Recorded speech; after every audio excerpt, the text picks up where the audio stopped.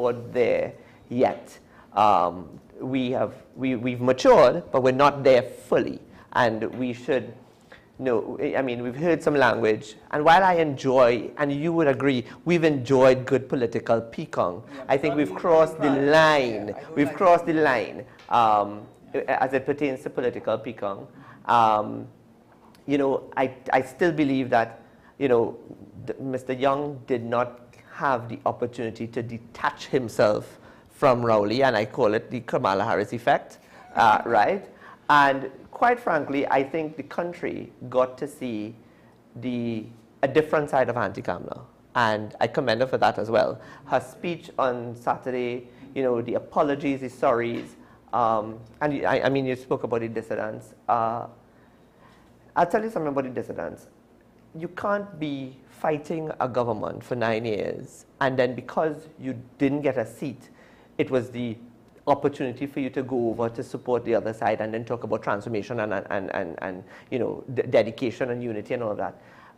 Because you would agree with me on this. Getting a seat is not the be-all and end-all of politics. Mm-hmm. You have to stand for something. It's value-based. It's all about ideology and belief system, values, and what you saw within a political party that made you lean in that direction. If it is that you came only for a seat, well, it's evident that as fast as the seat go, you go too. And that says something about ethical behavior in politics. Meanwhile, we've already gotten some reports. We don't know how serious it is. Ashraf, I mean, looking at the lawman here, it seems like there's the police, the TTPS themselves have come out publicly and said, please watch your behavior, watch how you're treated with people. And also today, the commissioner was basically outlining, if you do anything that runs afoul of the law, I think it's, is it 5 years? Well, he basically said zero tolerance, right, approach. What have you seen so far? Are you concerned that maybe there might be funny business going on? We don't necessarily know how substantiated it is, despite the conversations off air. Yeah, so it's very interesting to know that leading up to the election, there was a lot of allegations made by several persons on the political platform about potential disruptions in the election. Unfortunately, I would say that Trinidad and Tobago may not be mature from a political perspective, but when it comes to being responsible citizens, I think that's kudos to us, because we never had any significant situation that it caused us to be in a serious conflict between political parties. Yeah, political pihong, we take that, but it has never stepped beyond that to violence, and I hope that should never come into a normal political atmosphere. With that said, any allegations made would actually put a damper in our at the end of the results. So allegations is allegations. There are some that are a little more significant than some.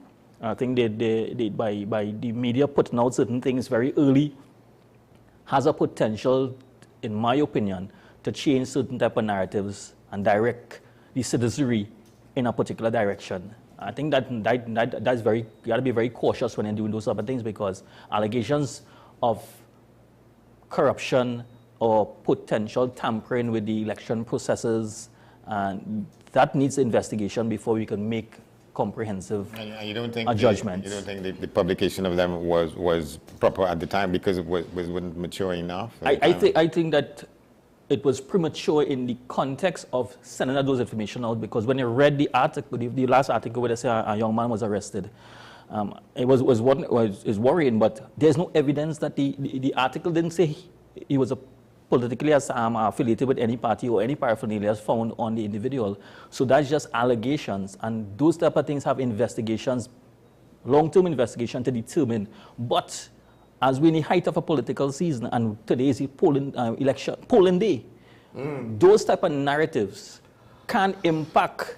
I am saying it may have some impact in some of the voters who were still undecided, and the narrative might just change persons or direct certain persons' perspective and point fingers to a particular party, which might be unfair. The allegation could turn out to be false. It could turn out to be false at some point in time. I see what you mean. Just before you begin, you to say what you want to say, just explain to people who is a geopolitical scientist. What is geopolitics? That means that I'm not stuck to the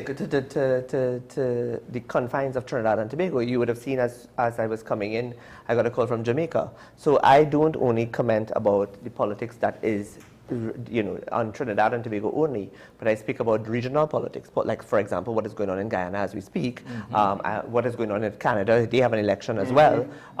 There are several elections that are going to be taking place across the region. I speak on a regular basis to Greendot. So I'm commenting across the region, and I'm also commenting about the politics as it touches and concerns the countries outside of our borders as well, right? And I'm also a member of several academic committee associations where I'm actually committee members to certain groups that are working towards putting academic papers and all of that. Yeah, so to speak to politics in Trinidad and Tobago, it gives you a better platform to do so because you understand. For sure. And I have to say that unfortunately I couldn't take the call from the young lady from Jamaica tonight because I'm on set here, but being able to talk about the politics across the region and having to compare as well. I'm having a conversation today with a colleague of mine at CARICOM, and there's serious concern about what possible civil unrest could do for the economy of Guyana, if not contained. Sure, you want to say something? I think we have results from Tobago. Is that what we're being told? Yes, so I think we should be having it. We could put it up on your screen there. We have results for one of the Tobago constituencies, Tobago East.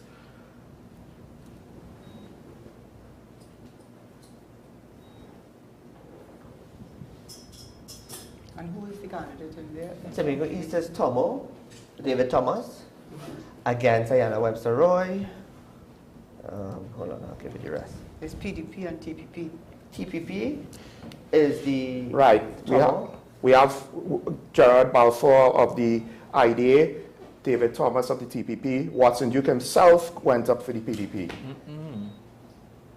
Okay, so right now it seems like David Thomas is in the lead there, 284 to 164. Somewhat close. So we also have Tobago West as well. So we're now getting numbers. It's not the final result. Let's see Tobago West there coming up. And of course, there's so many candidates there. And we're going to see if it's going to meaningfully split the vote. But right now, TPP is also in the lead, 70, Joel Sampson, to 45 for Shamfa Kujo. So it seems as though TPP has pulled out in the lead. And you don't always see a comeback, I guess. I'm not too sure. We saw in the American elections, they were off to the races. Now in our local elections. What is the number for Tobago East? 4570. No, that's Tobago West. Let's get Tobago back East Tobago is East. 284 for PDP. Right. And I think of... TPP. Huh? TPP. And 160 TPP, that's what I meant. for PNM. 168. I didn't even... Oh, So, and that's the thing, right? There we go, 284 to 168 there. 64. 164. Let me just say, well, we're hearing in Tobago from personalities such as Candice Jackson. She's watching TPP count for us. Natalie Seeley Richardson looking at the PNM count. Joshelle Dan looking at the PDP count. The PDP is the Progressive Development Patriots. And Adana Kobe for the IDA, the Innovative Democratic Alliance. And Kimberly Mitchell for the Patriotic Front. Those are our people on the ground in Tobago providing the information that you're going to be hearing between now and when the final whistle is blown.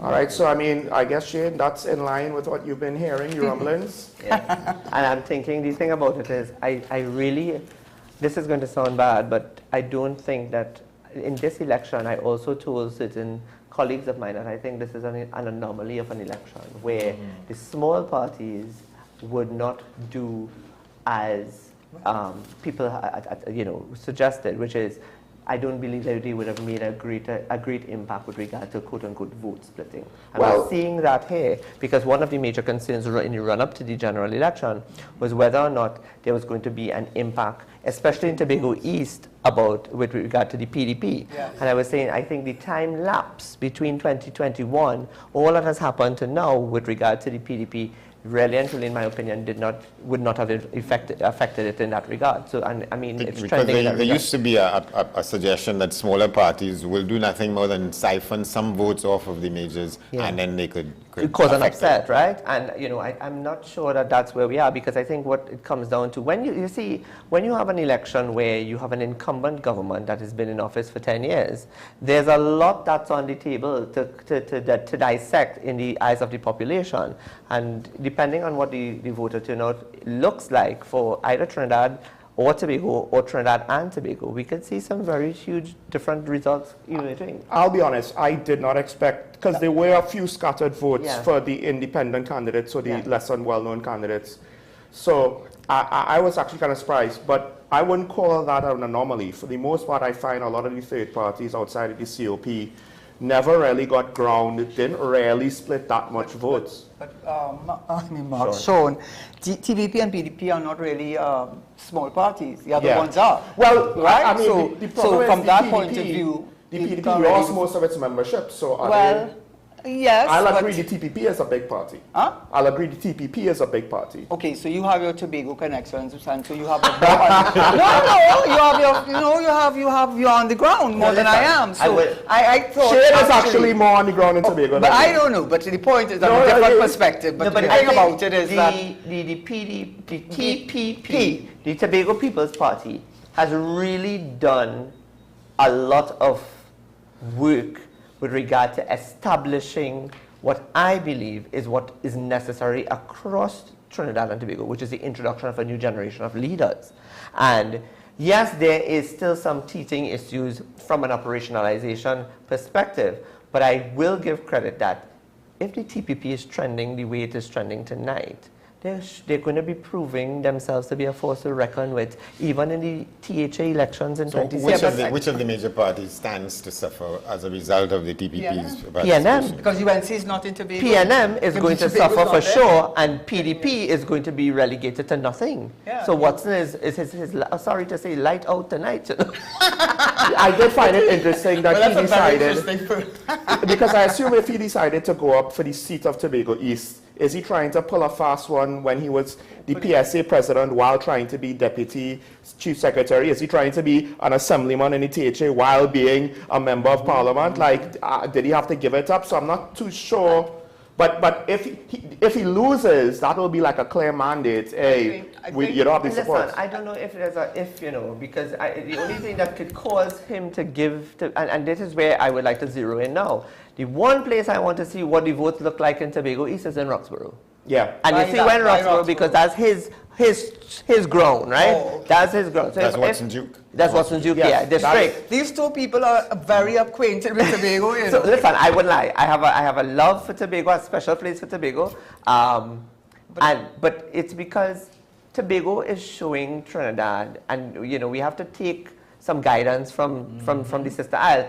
Tobago is showing Trinidad that the time is coming for a new generation of leaders to emerge to allow us to go into a progressive governance. A new generation of if you leaders use from that- Tobago for Trinidad and Tobago. A new generation of leaders from Tobago Yeah, to but come for and Trinidad to and come Tobago. over to Trinidad, but The also national for us politics. in Trinidad to emerge with a new generation of leaders. The But I'll tell you example. what I No, think. but Yeah. they're actually showing, Tobago has shown that even though we're saying it's a two-party system similar to that of Trinidad and Tobago, Tobago is also a two-party system, but it shows that they are willing to look at the whole context of Tobago and make decisions. I think I believe that they may be young, but they're a bit more mature in the context of what they're looking forward for Tobago. Yes. So we have to look at it from that perspective, notwithstanding that it's Tobago.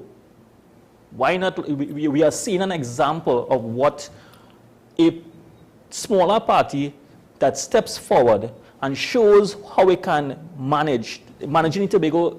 There's a lot of conversation about how the THA has been managed, but that is for discussion for another time. Agreed. Yeah.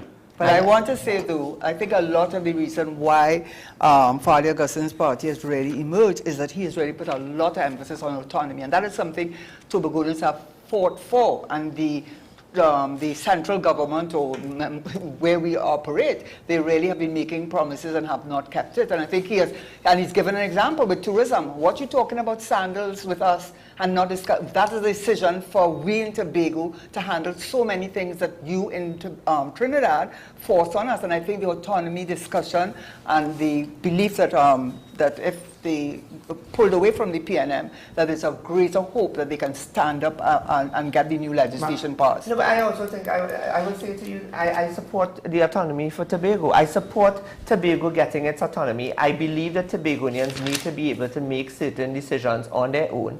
And like one typical example that irks me is that the central government has stymied their ability to pull in the number of an increased number of new airlines, new tourist routes into the island, because they go out into these different conferences jointly as THA and central government with Minister of Tourism and Secretary for Tourism, and they agree over there that this is what is going to happen for Tobago, and then next thing you know, they come they come back home and the plans fall apart, and they go. I mean, I can give an example. How much store you would put in the fact that, well, we've had a Prime Minister of Trinidad and Tobago for the last 10 years who's Tobagonian? I think, okay, this is going to sound bad, but Rowley, unfortunately, is Tobagonian only when he wants to be Tobagonian. Conveniently. He's conveniently Tobagonian, right? My only concern with autonomy is simply this, and it's similar when we had the local government election. They campaigned on local government reform, and then we didn't hear anything about it. Certain things weren't done. Certain things weren't explained further. And autonomy is just one of those things, we don't really know what it means, right? It hasn't been defined enough yet. And how do you think that gets played out in terms of how the people in Tobago will vote? Well, I think part of elections, it's driven by emotion. So if you use the emotion of wanting more, and how do you get more? Autonomy. Are you explaining how that's actually going to work? You don't necessarily have to do it just yet, but at the same time, it's kind of difficult because it's technically a national issue. So when Trinidadians say autonomy, and maybe some Tobagonians say like, all right, but what does that mean? Sean, that is a human condition, you know, because Yes. if you look at India, with Pakistan, West Pakistan, East Pakistan always felt they were like the stepchild. Correct. And therefore they broke away because they said all decisions were made in West Pakistan, and so you got Pakistan and Bangladesh. You look at Spain with Barcelona, and they've had, you know, want to break away and have their own, because they're the ones feeding, they feel that they're keeping the economy alive. So that's not anything new. It's all something that people always strive for, and you have so many wars fought over that very thing of having independence. Look what's going on in India. Right now. Yes, in the northern India, where it's split between Pakistan and India, and that is or Punjab region. Some of the proponents of autonomy, they make it clear, not all, but some of them make it clear, independence is not what they're asking for. So that's where it gets complicated, because they do have some amount of autonomy, but obviously not enough, right? So how far does it go? So if I could bring, yes, certainly, because I wanted to ask you to put what we're talking about at this point on to when you say, and I think you, well, Dr. Mohammed, that we are not sufficiently mature politically as maybe we should have been, right. And that is an issue about political maturity. The discussion of autonomy has been around for a number of years. A lot of administration have been trying to deal with it. As Sean indicated, it has never been fleshed out in the manner it's supposed to be fleshed out. I believe on this occasion, Tobago is saying being in charge of the THA alone is not good enough. Correct. They need to be in the central government and have a say within the Parliament of Trinidad and Tobago. That's right. Once that has happened, that is where I believe the level of maturity is coming. They are saying, no, it is not from here alone. Let's go there and let's discuss it from that perspective and understand it's a bigger picture than just we are saying, I'm going to discuss it and I'm going to tell you what we're going to get. We have parties, and parties come and parties go in Trinidad and Tobago. Except the PNM. Except the PNM. You've gotten some numbers from Shogunasis? Yeah. And we've had two members of Parliament from Tobago, both of whom have been in the cabinet. And to what extent that that's what does that message send to the Tobago people when you have representative of Tobago sitting in the highest office of Trinidad and Tobago and they still have to discuss autonomy.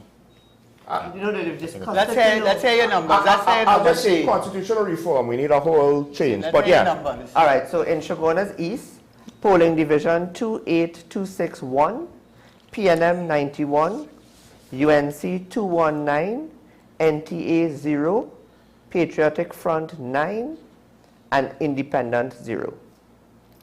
How much is UNC, you said? 219. Oh. That's one polling station. That's one polling division, right? I'm going to another one. Oh. Polling division 2824-1, PNM 166, UNC 85, NTA 5, Patriotic Front 7, the Independent Candidate 3. Have another one. Polling division 2827-1, PNM 95, UNC 132, NTA 1, Patriotic Front 11, the Independent Candidate 0. It'll be interesting to see if all of those non-PNM and UNC votes add up So I can and you touch want the the margin. You want the total? You have it ready? Yeah, I have the total. PNM 564 so far, UNC 619, NTA 9, Patriotic Front 34, the Independent Candidate 4. Can we talk, ladies and gentlemen, a little bit about the conduct of the campaign? What were the highlights? What was missing from your perspective? Well, I didn't realize we had lasso to put to use in this election. Okay, we have to just cut into there because we're joined by our extended panel coming from Tobago. 4 members with us from Tobago. Updates. I do believe, do we have Mr. Jerry McFarlane, a former assemblyman of the THA, Ingrid Melvin, attorney at law, and 2 others with us. Can you hear us from Tobago Updates? Hello, are you there? There's somebody on my list called Mr. Akinlabi Holder, who's I'm not sure if he's among the faces I'm looking at now. He's the camera. I'm not too sure if they can hear us. Because we're not hearing too well, but if you're hearing us, yes, we we happen are. to join with you all and link with you all, and we have Caroline Butcher-James here, and on my right, and we have Max James on her right, and Ingrid Melville, attorney at law, and to the end, I'm Jerry McFarlane, former member of the Tobago House of Assembly, and hosting this program here. The situation on the island is that we're now getting some results from some of the areas. We got one particular result from the Moriah Mason Hall area, and indicating that the TPP had 76 votes, and the PNM were in possession of, was it 47, and the Patriotic Front seemed to have 1 vote, PDP 10, and the IDA 2 votes. And this maybe, the trend maybe will continue maybe along this way as we move along in the program. But the election in Tobago was very high and very heated and very competitive, I would say, at this time. And we look forward to some results coming in. I think within the next half an hour we'll be getting more results to bring you guys up to date as what is happening on the island here in Tobago. And maybe you could quickly give us an idea what is happening at your end in Trinidad. well, we just got some results from Shogunas East. Right now, the UNC is in the lead. I think it's along the lines of 60% in favor of. it's 500 votes for the PNM and how many votes for the UNC? Hold on, let me get it for you. For in Shogunas East, Yeah. in Shogunas East, it is the UNC is currently at 619 and the PNM is at 564. And then they also have some votes done by some of the smaller parties as well. But that seems to be the trend. We don't necessarily, like what's going on in Tobago, have any reason to think that it's going to reverse, but we'll have to wait and see how things continue moving forward. Mr. McFarlane, Andy Johnson, good evening. Good seeing you after all these years of my former coverage of the Tobago House of Assembly in the earlier days, Compton, Delph and Company included. I just want to get a sense from you all, one by one, if you agree. talk about the fact that there are 5 political parties in Tobago. What's behind that? I mean, what's driving that kind of splinter development, if I am permitted to make a descriptor? 5 political parties. Number of political parties participating. Oh, the number of political parties, that was an interesting development, especially in the Tobago West area, electoral area. And, but I think we had 9 candidates in that area. And it is indicating of a situation here on this island where people, some people say it's a reflection of a divisive society. But people see this as an opportunity to serve, other people see it as other opportunities to be involved in politics. But I think the public generally will agree and decide on which one they feel comfortable with in serving and being elected, and they will elect those persons. So that's a situation with us here with respect to those 9 persons that were in the 9 candidates. Okay. Good. Well, I don't know if you could just give us a sense on the island, what the energy is like with the voters. You know, we ourselves, we would have voted here. We would have seen how our neighbors would have been. Some people had difficulty voting. Was it smooth over there in Tobago? Well, from the connection. Okay, we seem to have some audio problems. So I guess, can you all hear me? All right, let's see if you can have a better connection. We could come back in a bit. Yes, yes. Okay. In the meantime, moving on with our side of the broadcast, Dr. Mohammed, you said you had more results. Yeah, I do. They've sent it to me in a little bit of they haven't broken it down, but right now, after 8 polling divisions in total in Shogunas East, the PNM is at a total of 631. The UNC is at 1498. There we go. The NTA is at 14. The Patriotic Front is at 62, and the Independent is at 4. And that's the constituency, Munilal versus the US. This is, Shogunas East? This is one of the Bandana Mohit versus Bandana Mohit. Sukai, yeah. Richie Sukai. Yeah. Yeah, this was one of those, I don't think anybody expected it to go across. That's about a 60% on UNC side. Munilal is Oropuch East. 6%? Maybe more more. Yeah. a little more than 60%, and that 60% margin is a significant margin to come back from. I think Shogunas East is more of a challenge than Shogunas West. I think that was one of the dissidents, Dinesh Rambali, who did extraordinarily well in 2020. He did do well. When you get the safest seat in the Well, whole right, no, but party. no, well, no, you see, Shane, I didn't ask you to say that, right? I am just saying that between Shogunas East and Shogunas West, I think Shogunas East is a harder fight than Shogunas West. Right, so that they're they're even. easier for sure, because you look at the results, there's no fight there. Shogunas West in 2020, the UNC was 15,832 That's to what I'm the saying. PNM's 1,878. Okay, so we know, I knew it was something like that, and I thought Dinesh Rambali, by the way. But I do think what you said, I have to say, I was disappointed, to put it mildly, what they did. I think that was political suicide for me. Because it looked so much, I'm sorry to say that, but it looked so much like if it was so personal and it was wanting to get back at rather than what is in the interest of the country. You have spent so much time writing so many articles, trouncing the PNM, and then you have to go over there and then it's just not right. There's something about, and one person who has not done that is Rushton Parry. You see Rushton Parry? He has a future in the UNC because he's about 50-something years of age. He's highly respected. He's the one that's been as the leader of the dissidents.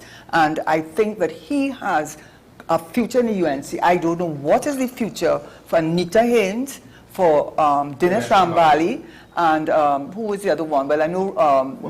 Mr. Larry Lala? Well, no, Larry Lala was not a candidate. He was a lawyer. He was still... Yeah, but and that too, all of that, I thought Larry Lala, I thought Dinesh. Is it, Rai Ragbir, I think, might have been the Rai person? Ragbir. I think it was, but he didn't, Rodney Charles, but he said he's retired. No, he's retired. Yeah, Leon, listen. Okay, listen, we're listening. This is my issue with all of these people, right? All, including Parry? Except for Parry, Well, because he's playing it safe, right? Exactly. But the thing about it is, Anita Haynes is one of those politicians who got a very easy pathway into the parliament. She was in the office of... I saw her as a kind of an acolyte, you know. Yes, you very well said. So, office of the Prime Minister, you saw a talent there. You saw something that she could go somewhere far. You move from office of the Prime Minister into the opposition leader's office. Then from the opposition leader's office, you go into the executive of the UNCS Public Relations Officer. Then you shift into the Senate. Which is done very well. You've leapt ahead of so many other people who's been in the line. You become a member of parliament. You beat on the PNM for 5 years. And because you did not... alleging. You didn't, you beat on the PNM for all of these years on issues, and then you made a bad move by not calculating the elect. I mean, really and truly, you know what somebody said? Arnold Ram said, and I didn't know that. He said that you have insisted that the party call internal elections, which they did, even though it was not due. But you joined with a party who did not have party elections to select their new prime minister. How can you reconcile those two? It just doesn't make sense. And when you say about you now jump in, I now jumped into it, so I might. Mr. Ali, what's your take on that? What I call the internal rumblings in the UNC? When you saw Rambali and Anita Haynes on the political platform, does it sound like sour grapes? It does, right? Even if because it isn't. They may have had a particular their own reasoning for doing it, and I'm agreeing with Dr. Shade. You can't be today knocking glass with me, and because you didn't get your way, you decide to go out. I don't have no issues with anybody choosing any political party. But the mere fact that you go into another party and sitting with that party, the same now you sit. When I listen to Anita Haynes speak in Parliament, she's very eloquent. And articulate. And articulate. She articulates a lot and she gives very good contribution. For the last 9 years, she has been chastising the government, the current government, about certain decision making.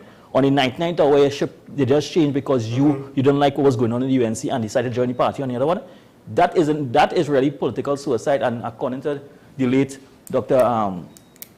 Pandey, politics really has our own morality of its own, honestly speaking. Yeah, and it didn't. I'm glad you raised that because it's a point that I try to argue with colleagues in different kinds of ways. A morality of its own doesn't mean there's no morality. No, it doesn't mean it doesn't. But a lot of people assumed it like that and took it to mean that we tend to take the words. So, for example, the phrase "power corrupts" and "absolute power corrupts" absolutely.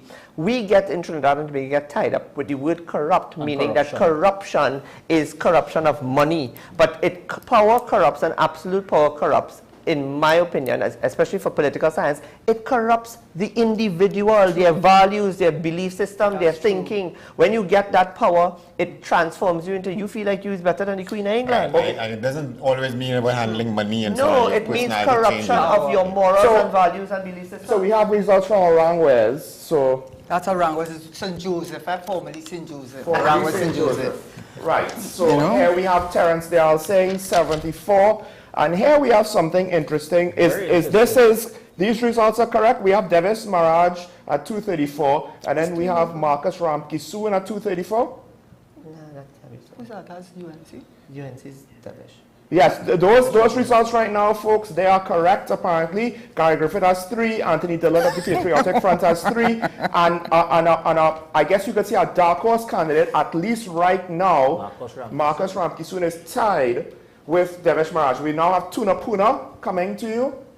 Results from Tunapuna here. Well, that would have been from one box. And here we have Esmond Ford, 167, behind Roger Alexander. 248 for Roger Alexander, 167 for Mr. Esmond Ford. I guess this is one of those seats also that we were looking at. Okay, updated results for Tobago East and West. Let's go. First one.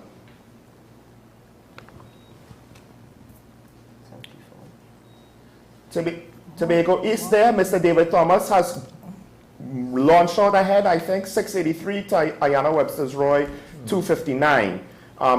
Watson Duke at 35, and then everybody else in single digits. And can we get Tobago West now? 383 to what? 683. Yeah, that is correct. We have a typo. Sorry, We just have an error on the screen. If we could get the current numbers. Maybe no box is open yet. Oh, no. Let's go standing around Go here. back. Tobago West. There we go. Okay, we seem to have some technical difficulties, but things are moving, folks, as the results are coming in. I guess, actually, Andy, I wanted to ask you. I get the second chance I get to ask. I have some. We'll put a pause on that. Oh, yes. Go ahead. All right, so this is Tobago West, PD 4990, TPP 105, PNM 45. I had the other numbers, right? There's a trend. 49, PD 4975-1, TPP 146, PNM 65. Oh my Lord. PD 4947, TPP 109, PNM 100. PD 5014, TPP 163, PNM 79. PD 5000, TPP 123, PNM 70, PD 4985, TPP 199, PNM 53. And then I have some other numbers under 4985, TPP 64, PNM 23, this is the Bloody Bay area they're telling me, and TPP 127 to the PNM 23. I can't make out where that one from. So this is all Tobago West, right? This is Tobago East. Oh, Tobago I'll be East. going again. PD 5043, TPP 152, PNM 96, and PD 5040, TPP 212, PNM 86. Wow. Well, I mean, One trend. Tobago East, that was the one that I I have think. West. Oh, you have West I now? have West. You have a summary or you have it by? Nah, I have it. Okay, yes, I have a little summary here. Okay, the summary right now, TPP total is 852, PNM total is 754. Okay, West I Okay, what you wanted expected it to be see? closer. What you wanted to see? No, West would have been the one where if the Closer. PNM had a chance to take a Tobago seat, they had a better chance with Tobago than- West okay. than Tobago East, Okay. right? The only thing with Tobago East, as you pointed out and others, if Watson Duke could have split, but it seems like that's not happening. That's not happening. So I have more. His career is over. I have more. I have more. You think there Shogunas could be? East. He wants to tell I have us. more from Shogunas Shogunas East. PNM after 11 polling divisions, PNM 881, UNC 2070, NTA 19, Patriotic Front 99, Independent 9. Well, I don't How know much if the like 99. Patriotic Front 99. 99. But you know, in Tobago, Shogunas East, they're doing really well because in Shogunas East, it was fairly close, you know. But Yes.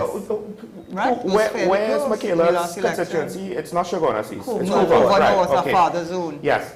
How far-fetched the idea is that there could be a split in the Well, two, in the two we have Tobago to correct seats? some So, things. CNC3 given me some information too. PNM has 74. Devish Mirage has 234. Marcus Ramkisoon has 0. This is This is Aranguez. This is Aranguez St. Joseph. a 0. Okay. Right? Okay, we do Aranguez St. Joseph. Say it again. Aranguez St. Joseph, let me PNM 74, UNC 234, everybody else 0. Okay, Andy. no, so I was wondering about the possibility of the seats in Tobago split, so the PNM wins one and another side wins another. It's possible, but Quite, I I guess think so. they're within striking range, maybe within 100, but I'm not too sure if I'm not too sure if I'm willing to count on that because the seats in the THA election on that side of Tobago were pretty close. And outside of Kelvin Morris, everybody lost. Even Ansel Dennis, it might have been a small number, but the point is he still lost. So it might be close. It might be one of those things where I really hope we don't have unfounded accusations with regards to election rigging, because when it's close, it will just make the whole exercise a lot more tenuous. Mayaro? But it hasn't been close in PNM 555. Well, UNC 1284. I mean, it's Mayaro. I think the Tunapuna results is a bit more, that's... Not only and Tunapuna, St. Joseph. St. St. Joseph, We've yeah. gone up again for Sergona's East. We've gone up again. But they should PNM 997. UNC 2250. NTA 19. Patriotic Front 111. The independent candidate 9. Okay. Sergona's East is telling to me because I looked at all the results and I looked to see which ones were the marginals and which ones were, you know, you don't have to really worry. I mean, I didn't think you'd have to worry for either PNM or UNC safe seats. And Sergona's East was, I thought, pretty close, more than Sergona's West. So to get these kind But of was results, it a marginal? Was it one of those? It wasn't a marginal, but it could No, have it's Sergona's never a East. No, Yeah. Sergona's East was always considered a marginal because of how much they've won. Sergona's East only yielded to the PNM in 2007 in a three-way race with the COP. But in the last two elections, the PNM, the difference between the PNM and the UNC in Sergona's East in 2020, it was 1082, right? And it was much larger in 2015. That's right. Right? But I mean, Okay. that's why we're capturing the marginals, right? So, folks, the results are coming in right now. We're getting some news. It's not a full picture. Some seats where we knew who the winner was, they were safe seats for one of the parties. The results are coming as we expected. Some of the other things, we're seeing a change. I mean, to what extent did you think Tobago's results were going to be a change or a safe seats? I guess that's up to the viewer. But we have to take a break. When we come back, we'll continue our coverage of elections 2025. We're going beyond the colors as we analyze the results as they come in. Stay tuned. We'll be right back after this. Here it is. Somebody's talking. Yeah. I can't make out what they're saying. Yeah.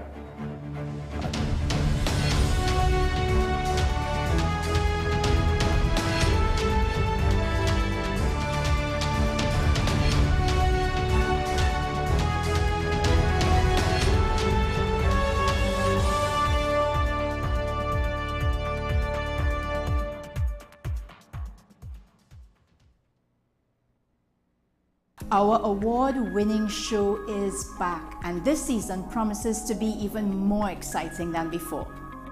What's Up, Doc isn't just a title, it's a call to action for anyone who wants to improve their health and well-being.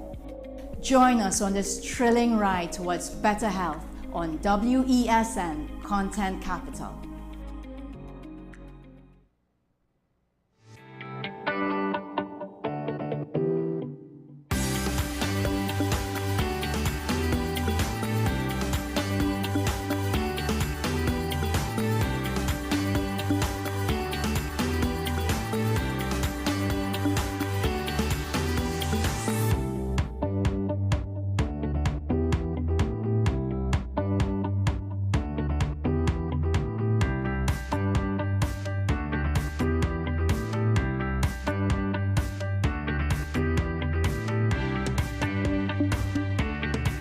This is Face of Sports, WESN Content Capital. How you felt about the kiss on the lip? That's the business. I'm nothing to do with that. I find that was distasteful. The national senior team, whether you like it or not, that is the model for all other teams to follow. I'm assuming that the regional requirement may be a much stricter requirement. This is not about Pro League and Super League. This is a league run by the Normalization Committee that I'm responsible for. Nobody expected FIFA to fund this arrangement. If we don't get a professional attitude towards this, we are doomed for failure. You break the balance, trip the leg, control the body. They ain't gonna stand put Why forever. you want the chiefs to lose so? Why you want the chiefs to lose so? They already have two. Lamar don't Why? have. You're jealous because you know the chiefs getting closer to the Patriots. Let's go to the last part. No, of this game. no. Let's go to the last part.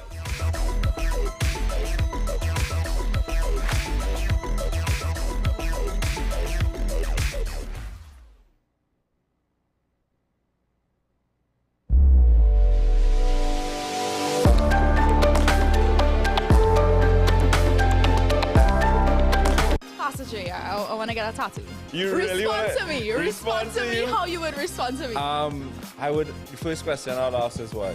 Controversial taboo topics. We get so consumed by church, we forget that we have to live the life of being a Christian outside of the Sunday. Like you say, services. we think going to a service makes us a Christian. Exactly. Yeah. Right. Right. So we are about to hear the second time Pastor J wanted to take a tattoo. Would have been late last year and early this year. Oh gosh. Hope Unfiltered podcast with Pastor J and Ren. We are tackling the hard-hitting topics, some controversial topics, some topics we sweep under the rug. You don't always have to forgive in a relationship for it to move forward. If it is you are in a situation where you forgive the person, but to the detriment of yourself, what are you really doing? It is very uncommon for somebody in the younger age group to have dementia. Atheists don't not believe. Is that I can't disprove God, but you also can't prove God. So we kind of at a stalemate. We'll focus on the woman who's being the victim, right, or the man who's being the victim. We exclude the children.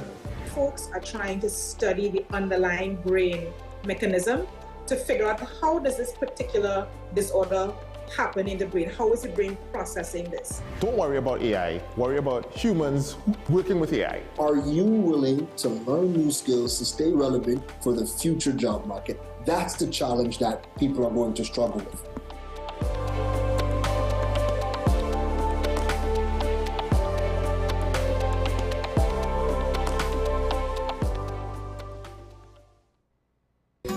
Take some time for yourself or spend some time with the family at Sandy Point Village Hotel. Enjoy our various studio and suite apartments, self-contained with their own kitchenettes and Wi-Fi. We also have our famous 100-foot swimming pool and our beachfront restaurant, The Steak and Lobster Grill. And our location in Crown Point puts us near the center of activity from the nylon pool to the local nightlife. Call us and make your reservations at 639-8533, 389-2378 or email us at sandypointvillagehotel@gmail.com. As always, we appreciate you starting your day with us. Let's get into this morning's first conversation. Is the country's healthcare system more at risk, more than ever? Why it has remained unaddressed for so long. Political parties get lots of cash, big cash from financiers, and then when they get that now, you can't account for it. But it's really the specialist nurses who we are in a greater shortfall for. We can tap into the resources and have them, at least form some mentorship programs. Highlight our food systems, and which will attract persons from all over the world to come and experience something that actually supports the local economy. We're lucky that we have a vibrant legal system that allows change to take place, and it's not that matters are just swept under the carpet and discrimination is allowed to be perpetrated. A lot of people don't know that there were attempts to ban the carnival, suppress the carnival.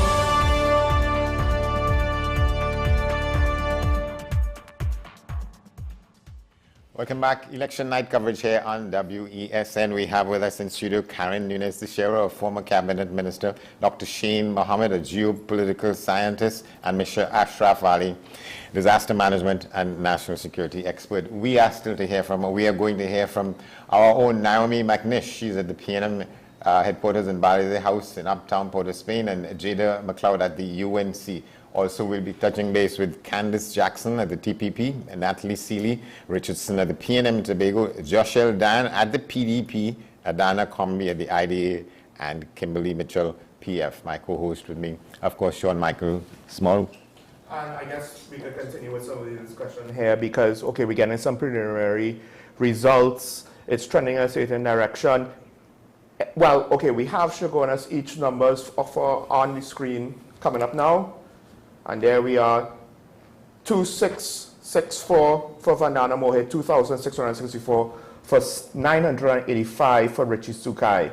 Again, this is one of those situations where I don't think anybody expected Mr. Sukai to have a close race. It would have been an uphill battle. So far, an expected safe seat for the UNC is coming as we expected. One of the things in this particular instance, at least, so far, they don't seem to have any votes for any of the other candidates. So I'm not too sure if we just haven't gotten the information or if that is one of those seats where any third party came up with unfortunately, with a goose egg for them. And I guess I wanted to ask, to what extent do you all think that the changes in boundaries might have affected this election as opposed to previous elections? Well, when it comes to Toco Sangre Grande, there was some shifting from the Valencia side to Arima, and there was some shifting from Kumoto Manzanilla into Toco Sangre Grande. Is it enough? It has closed the gap by about 500 votes to bring it down to like 29. I did say very early that if Sturge is able to capture the northeast and north side of the island and then come down the west with Valencia that was remaining and then just pick up the strongholds, that he could possibly do it. We'll see tonight. He could come very close. I know the UNC tends to think that he has done pretty well. I personally think he's done well. Persons inside of the constituency thinks that he's done well in the last couple of months. This also comes down to what the voter turnout looks like and if it's high or low. Okay, we have the Puna results coming up now. And let's take a look here. All right, 248 for Roger Alexander, 167 for Mr. Esmond Ford. Roger Alexander, he is the political newcomer, but a colleague of one of our members of the panel, a former colleague and someone that's very well known to the public. Is this surprising? It's not surprising in the context that he's on the UNC banner, but Mr. Alexander has a following. Even as a police officer, former police officer, he has a following, and people see him in that light. How strong it might be, for him to carry him all the way, it will be seen because he's under the UNC umbrella right now, and he has done a lot in the area. That is my area, right? I've seen a lot from the political parties in there. I've seen a lot with the UNC and how they get on the ground in Tunapuna. I guess they need to, because that's a very marginal constituency, and they need to do a lot there to keep it. Well, to get control of it. If he emerges as a member of parliament, if he wins, right? Do you see that he is going to be able to engender the internal confidence of the police service and the defense, the national security apparatus? Not necessarily as a minister, but was as maybe part of the framework of the ministries that Mrs. Basabi says is. Let me add to that. Right now, he seems to be, to me, the politician that has the most legitimacy when it comes to speaking about national security. The thing about it is that police officers have never been. Okay, sorry, we have to cut you off there because we're going to Naomi McNish at Balisier House there, where she has with her, it looks like Laura Lazama leasing. Naomi? Hi, good night and welcome. I am here live at Balisier House, the heart of the PNM's operations tonight, and with me is the PNM's chief Public Relations Officer, Laurel Azama Leasing. Good night, Laurel. Good night. Thank you very much, and good evening to WESN and to all of your viewers and those live in the studio as well. Thank you very much for joining us here at our party's headquarters. I'm Laurel Azama. I'm the Education Officer of the People's National Movement. But in the absence of our PRO, who is a candidate in San Fernando West, I'm here to speak with you all and to take you through this evening until the members of the leadership and the other candidates get here. My apologies. Thank you for correcting me. That's quite right. So what can you tell us about what's happening? I know things are moving a bit slow right now. Yes. Tell us a little bit more. It's very early. The polls closed at 6 o'clock, and although the polls closed at 6, there were still lines outside some polling stations. Yes. So some polling stations wouldn't have actually started counting until maybe 6:30, 6:45. We have 41 constituencies, and in each of the constituencies, we have maybe 40, 50 different polling divisions. And so you have to count all of those. So it's a very slow process right now. We do have some preliminary numbers coming in right now. I need to get my phone to load it. But what I can safely tell you is from our preliminary numbers so far, we are in the lead in Diego Martin West, in Diego Martin Central, in Arima, in Aruca, Lopino, in Labrie, in St. Anne's East. So we are going to put up our numbers in just a few minutes on the screen behind here, and you'll be able to share it with your viewing audience as well. But as you can see, it's very early in the night. Yeah. All of our candidates are in their respective headquarters in the individual constituencies, along with their supporters and their campaign teams. Yeah. So we have asked everybody to stay there so that they can get their results there. And then everybody can converge here later on. We anticipate, of course, our Prime Minister, who's our party's chairman, who's the neighboring constituency, Port of Spain North. We anticipate that he will be here a little later on. Our political leader, Dr. Rowley, he should be here as well. Our General Secretary is in La Joqueta, one of our critical seats, and he will come up, he will make his way here later. So when they come, we will be able to celebrate in a great way. Cautiously optimistic about a celebration. We have, elections are serious things. We have put our best foot forward. We have put quality candidates in 41 constituencies. We have had our strong campaign teams doing everything lawfully and legally. We have confidence in the EBC, in the strength of the EBC and its ability to execute free and fair elections. We are happy to have the observers from both the Commonwealth and from the CARICOM. And so we are cautiously optimistic. Cautiously optimistic. You would see that there are some supporters very slowly trickling in, and you would notice their T-shirts are from Port of Spain constituencies. Yes. So the people who are resident here, so they've made their way here. It's mainly media and the support team to help us with executing. So overall, with the results that have come in thus far, what can you say about, how the party is feeling currently at this stage of the night? It's really very early. It's very, very early. As I said, we are cautiously optimistic. Yeah. We have come into this election to offer Trinidad and Tobago a chance for a new chapter with fresh, youthful, invigorated leadership. We have seen Honorable Stuart Young, SC, re-energize or rather attract a large portion of young people. You would see the young people gravitating towards him. And he has put out a clarion call, and he has challenged them and asked them to come and be a part of transforming this history of this country and be a part of the history of the country. And so we are cautiously optimistic about a bright future for both the party and the country. Yeah. Well, thank you very much for this. So as Mrs. Lazama Leasing said, I think the theme for the night thus far is cautiously optimistic, and they hope for the best. So I'm going to keep you updated with all the proceedings tonight, what's happening and what will happen. So back to you in the studio. Naomi Magnus, thank you very much. The question is to what extent she's comfortable with what the internal intelligence might be as to where they will end up, or there's nothing to worry about in the PNM. You think, Karen? What I wanted to say, she called out Diego Martin Northeast and Diego Martin West, where they're leading. Well, they should, because in Diego Martin Northeast, on the last election, the PNM got 10,218 votes to the UNC 2,827. That's what you call a safe seat. And I think it's set Central or West? Library. No, in Diego Martin Central. She said Diego Martin Central. Yeah. Right, so Diego Martin Central with it's same thing, 10,627 to 2,692. What's the surprise there? And also St. Anne's West with Stuart Young Portsmouth North, Stuart Young. In the last election, it was 9475 to 1705 UNC.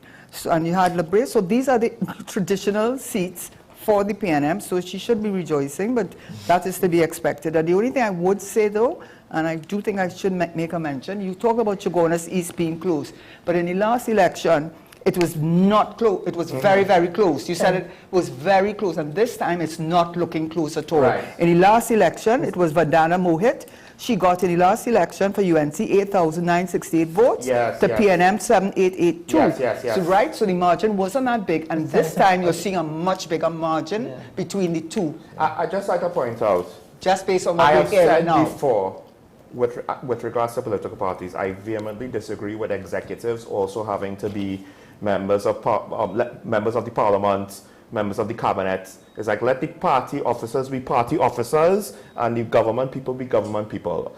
Ironically, the one split is the political leader, and that's the one where you kind of have to have it be the same person. It's not, though. But, well, I mean, right now it's not, yes. No, it's not. And it's never happened before. Which one?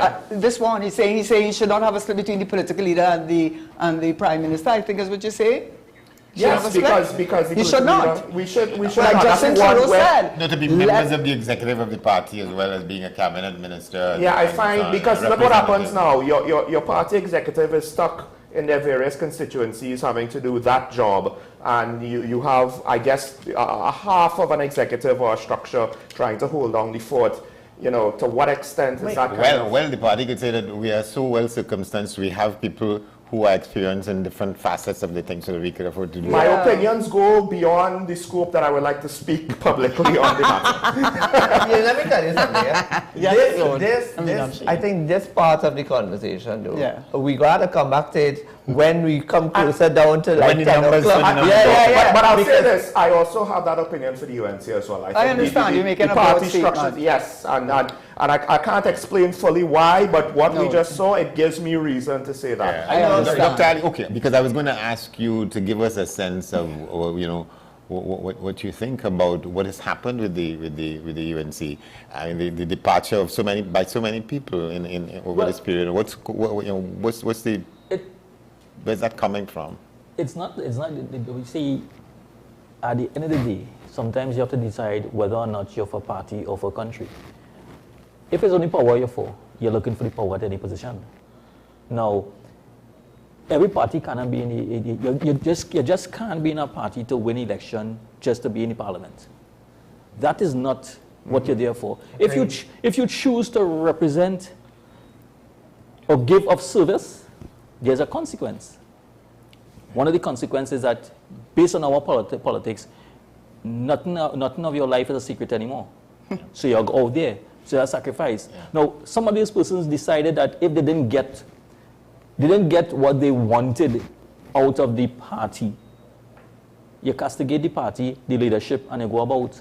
I have a different perspective, but I can't speak that on air. You're not liberty to say it now, but Karen, because the one thing I could tell you if I were, somebody, inside there, the UNC had an ad.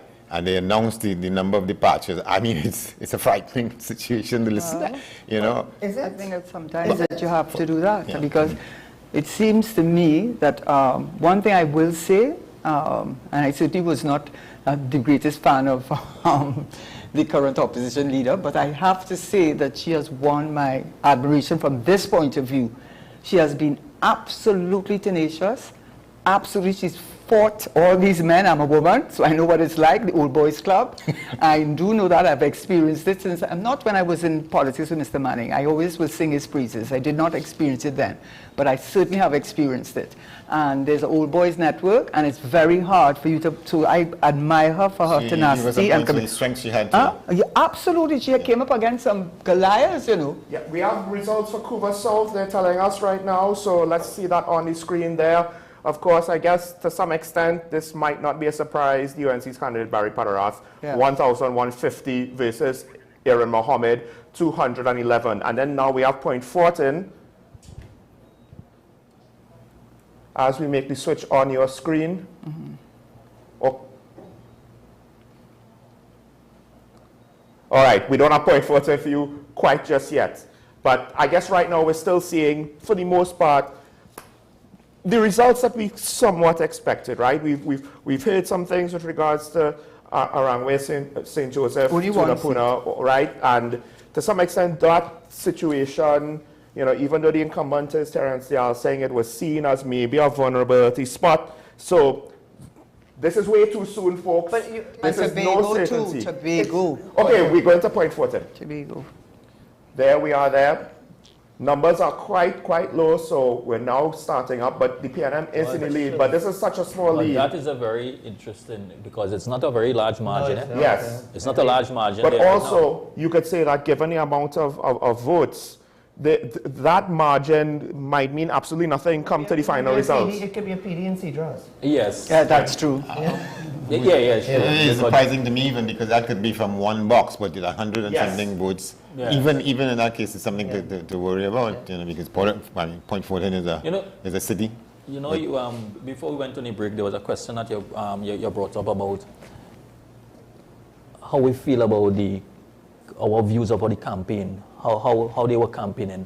Yeah. There was one concern thing, something that concerned me about this election is that the ads that other parties use on a particular party, I don't want to mention the name. Right? You all could mention the name. You are professional. You could do that. Right. He said other. What does other mean? Yeah. So realistically, the PNM use a campaign that actually attack the physical appearance of the UNC leader. Yeah. I find that was in poor taste. That is poor taste because at any point in time, any one of us could be in poor health. Yeah. Right? And to use that, to say that individual, because of probably some health issues, and we all know that she has health issues, and at 73, she looks better than many of us. Right? And it's a privilege to reach those ages at this point in time. Dr. Israeli has health issues. Yes, but to use that in a political campaign, to target an individual, not her character, but her physical appearance, medical issues, I find as a very poor taste. That is not peacocking. I want to jump on what you said. And you were in the parliament during the 2007-2010 period, and Mr. Pandey would have been part of that. And this is, I could say it, whatever. We'll say by the balance. Santana results, UNC very too early results, so this is probably nowhere close to the end, but Michael Dowlath has 86 to Faris Al-Warawi's 49 votes. So, I mean, Patriotic Front has 5, NTA has 1. Right now, one of the things, I guess we have to say it, as it stands right now, NTA doesn't seem to be having any real engagement so far. At least with the Patriotic Front, I think you're seeing maybe 100 votes here, 100 votes there. Yeah. That could, depending on if they're willing to make the investment and do the work and the struggle. Right? I don't know if they, so that's the thing, right? I'll come to her in a minute, but as the issue that, and I've been wanting to say this, I feel if I had dived into the political arena in 2025, I might have said it on a platform if I choose to. So you want to go and be a I feel like it's something eventually, but I mean, you need to spice up life a little bit, right? Spicy enough enough on this panel. I mean, you know how spicy that could be, right? But I'll tell you this. Renuka Sagram Singh Suklal specifically used her Hinduism to get on a PNM platform and literally berate the opposition leader. Auntie Kamla, you're sick. Auntie Kamla, you're not looking good. Auntie Kamla, you're frail. And what? And Renuka, is she looking good too? No, the thing about it is there's a level of peacock. There's a line between peacock and disrespect. That is disrespectful. And that is disrespectful. And it reminds me, she's supposed to be my friend, but it reminds me of the same behavior exemplified by Christine Sahadio in the parliament during the 2007 to 2010 period when she was the token Hindu in the PNM and Mr. Pandey had to put her in her place. So, and to what extent that raises the issue of the Committee on Responsible Political Behavior and so on. And nobody, you see, the thing about it is we also need to take into consideration that we need to change. Those are things that we should have entrenched in our political system where we don't cross certain lines where you can have peacock, but we don't need to attack the lady. I mean, let me be real. Renuka Sargam Singh Sukral, she just reached on the scene. She's a newbie. You are still bright-eyed and bushy-tailed. Mrs. Prasad, but you're talking about her. Yeah, but you're talking about her. Which is what she's happy about. And you know why I'm talking about her? I'm talking about her because in 2025, she's made herself a political fool. Okay. More importantly, this is the thing that I don't understand with politicians. Whatever you can do, then essentially, if it's good for you to do it, the other side could do it too. And then how can you complain? Because when the Republicans impeach Clinton, I basically, when they were impeaching Trump, I'm like, listen, it doesn't matter if I agree with the proceedings or not. Your party opened that door decades ago. Yeah, so it's a hard thing now for me to say, you can't do that. But can I just say, since you brought up that issue, and I'm not saying it because I'm a Manningite, because I am in a way, but it's because I respected him. Yeah. And I remembered he would not allow any of us to go down that road. I can remember one of my colleagues who was in a minister, but he was in the Senate, and he was attacked by Tim Gopi Singh, and he was just frothing at the mouth to get back at him and get personal with him. And when he came down into the lower house, Mr. Manning spoke to him and told him, you are not to go there, because he was coming with personal thing to hit back at him. And Mr. Manning would not tolerate any of us going down that route. And I can say that. So it comes from the leader. A fish rots from the head. So and from the kind of things that you've heard from the Prime Minister and Minimi, you can understand why he feels that is the way to go, and the other politicians feel that's the way to go. It's so disrespectful. Just to add to it, it's not about dealing with. Okay, sorry, I have to cut you there. We're live from UNC with Jada McLeod. Jada, can you hear me? Yes, I can hear you, Sean. Thanks so much. So right outside, we hear cheers erupting from supporters right by the main stage as the UNC has declared their first win of the night with a political leader, Mrs. Kamala Prasad-Bissessa, taking the constituency of Siparia. It's been a fantastic win for them. The supporters are all riled up outside. It's a fantastic atmosphere outside. Everybody is happy. Everybody is inspired to have had this win on the party's behalf.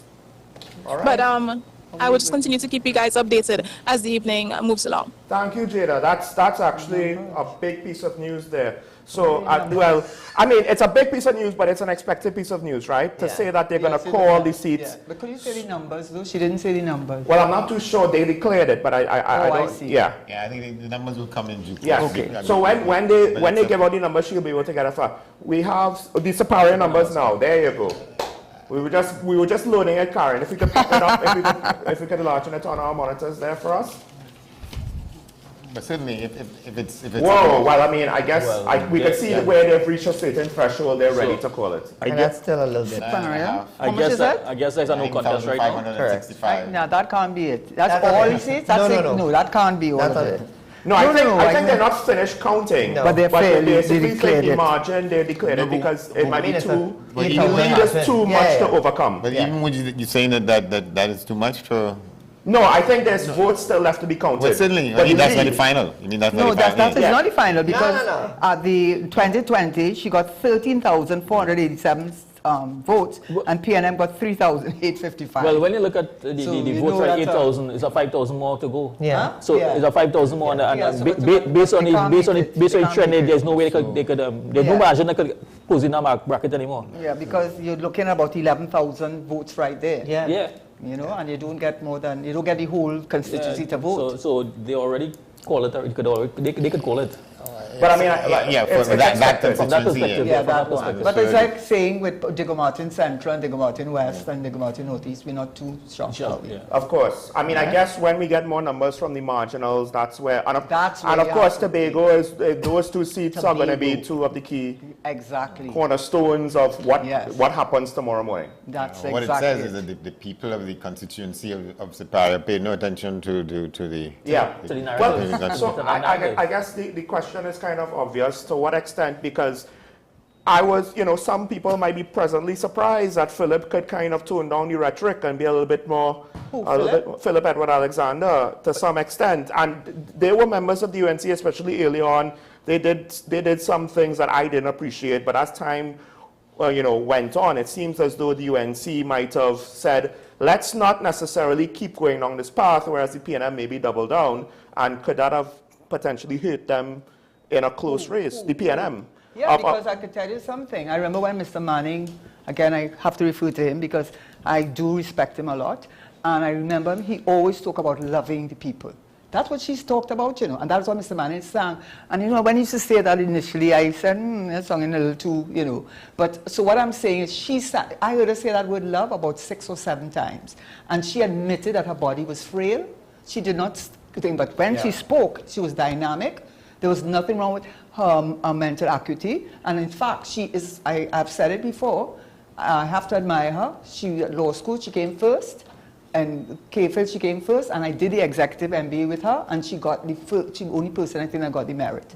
I was just behind her, but I didn't get it. Right. No, but you know, the thing about this, Terence Liangsing has admitted in the past, he's like, you can say what you want, Mrs. Prasad Bisesa. He said, that lady they call Kamala Prasad Bisesa is a brilliant woman. I was like, it's about time you recognize that the woman is brilliant, right?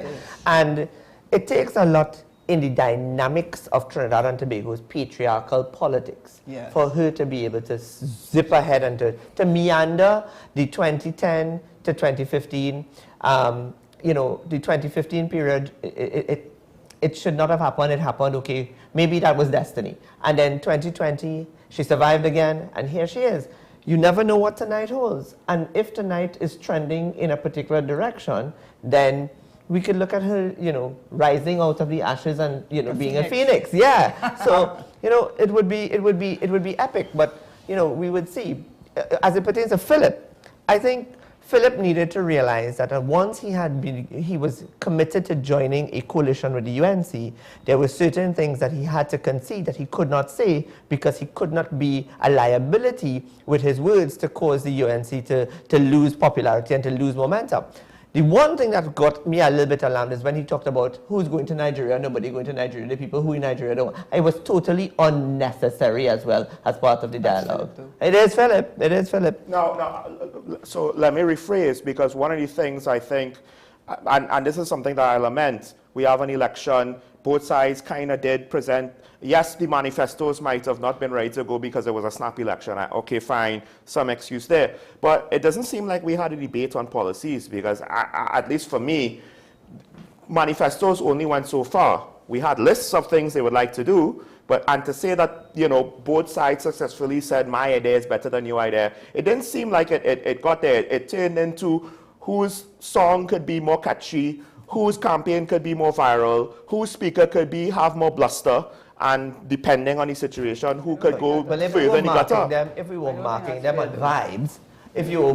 on vibes, let's be real, which song catch everybody that... Well, for longer, definitely. I mean, which song that you have... Don't sing it, don't sing it. We don't have the copyright. No, but listen, not only that, I think my pets, today I was busy playing, my pets, I would not lie, my two pet cats, right?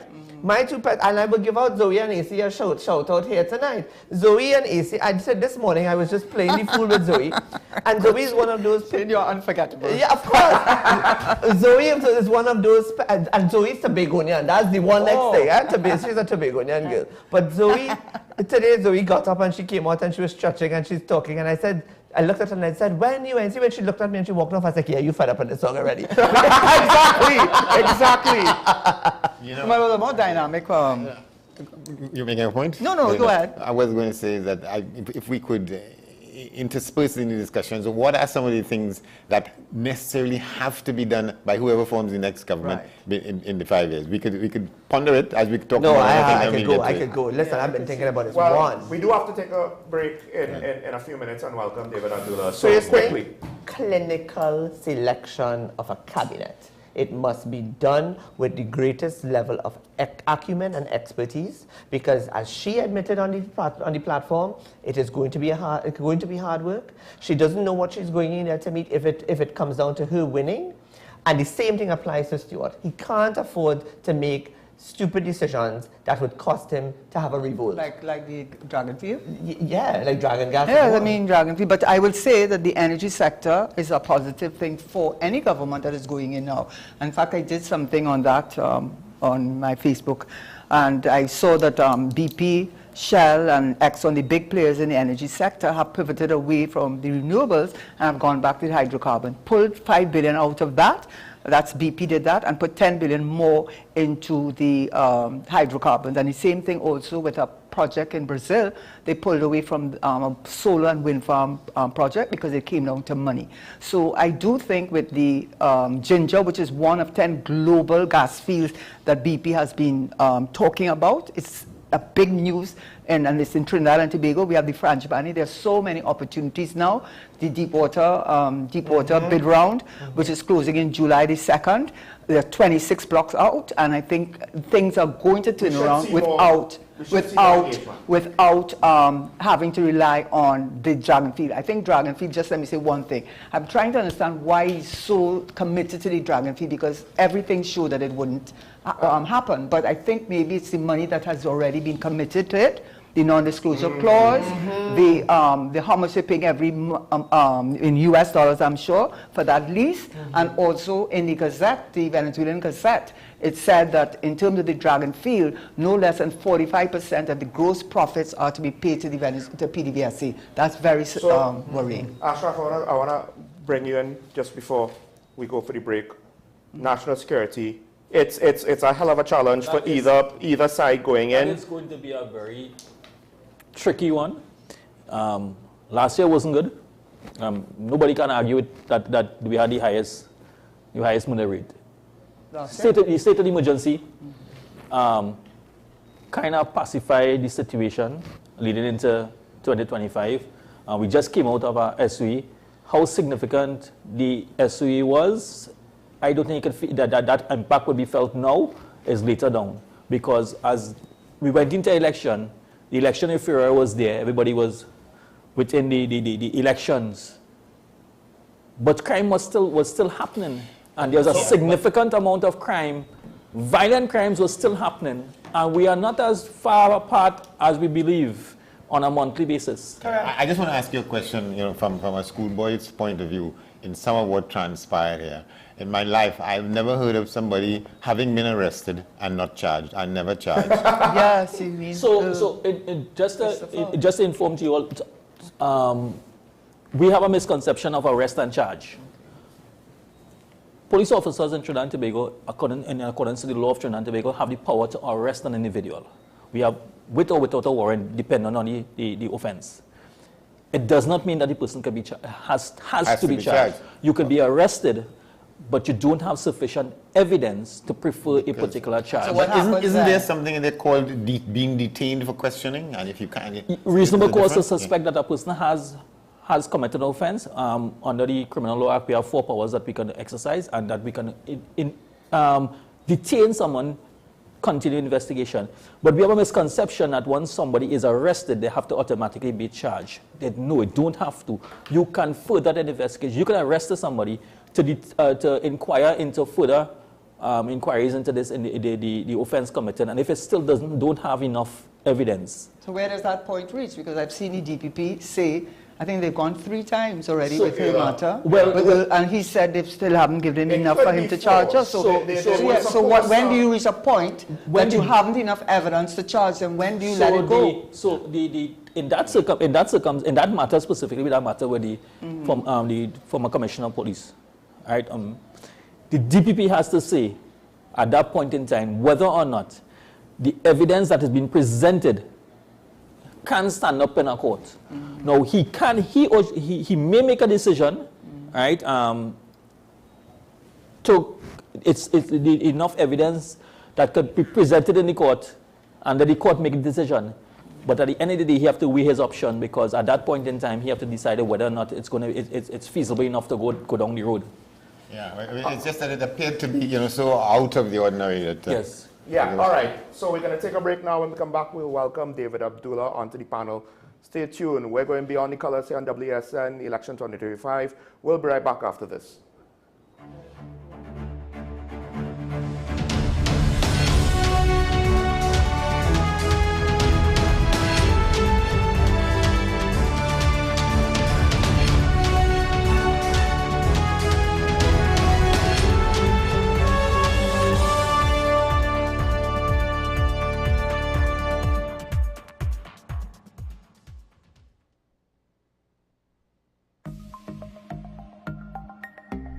Knowing how to tell authentic is as easy as 1, 2, 3. Find it, match it, search it. Step 1. Find the style number on the tag. Step 2. Match the style number inside the jersey with the number on the tag. Step 3. Search it. A quick Google search of the style number will verify the jersey is authentic when the search results match the jersey being searched. Don't be fooled by counterfeit jerseys. Before you buy, remember to find it, match it, search it. Fan Zone, 2 locations nationwide. Center City Mall, Chaguanas and Movietown, Port of Spain. Nationwide delivery available. This is 10 questions. I'm Andy Johnson. The distance from where we should be in the world in going forward on our commitments with climate change. The effects of climate change that cannot be accounted for, it's called loss and damage. And we're seeing loss and damage happening so much more in this decade and the previous decade. The principal term there was this question of the correspondent banking issues. That is why we're trying to build capacity with this country here, Trinidad and Tobago, and other countries in the region. Man is not showing any signs of stopping or even slowing down. More than half of the forest in Trinidad is already gone. All the plants and all the animals and all of the nice clean water and fresh air and everything had to be on this planet for humanity to have a chance. We have small change when it comes to countries that can take decisions, and when they speak, the world listens. The General Assembly is a very democratic forum. And Trinidad and Tobago has the same vote as Canada, in spite of the obvious difference in size.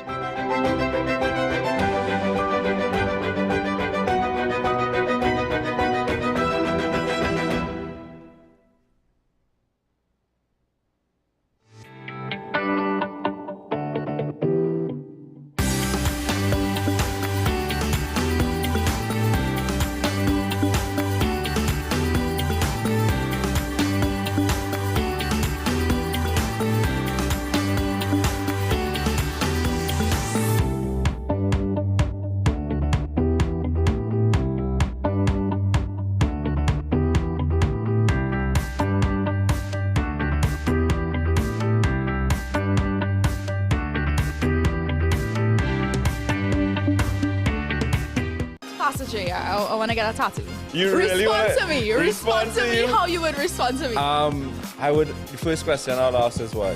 Controversial taboo topics. We get so consumed by church, we forget that we have to live the life of being a Christian outside of the Sunday. Like you say, services, yeah. We think going to a service makes us a Christian. Exactly. Yeah. Right. So here we are about to hear the second time Pastor J wanted to take a tattoo. Would have been late last year and early this year. Oh gosh. Hope Unfiltered podcast with Pastor J and Ren. You are watching Strictly Legal on WESN Content Capital. Just give an overview of what exactly is that split arrangement. Nah, you don't need to register nothing. We can do that another time. But then it becomes a hit, and then everybody starts to want to claim. The laws that predate many of the independent countries' constitutions are going to be those colonial laws. We know there are an infinite amount of circumstances that would lead to a murder. I have a great idea and I have a great concept, but until it's actually expressed, it does not become intellectual property. Accomplishments or targets of a forensic accountant is to quantify what may have been lost. We believe with different criminals and we manipulated the law and we exploited the system. A responsible journalist will reach out to the person who they have the information on for a comment.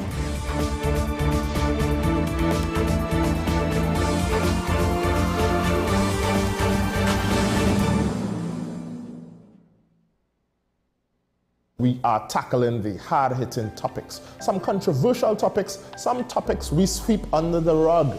You don't always have to forgive in a relationship for it to move forward. If it is you are in a situation where you forgive the person, but to the detriment of yourself, what are you really doing? It is very uncommon for somebody in the younger age group to have dementia. Atheists don't not believe. Is that I can't disprove God, but you also can't prove God. So we kind of at a stalemate. We'll focus on the woman who's being the victim, or the man who's being the victim. We exclude the children.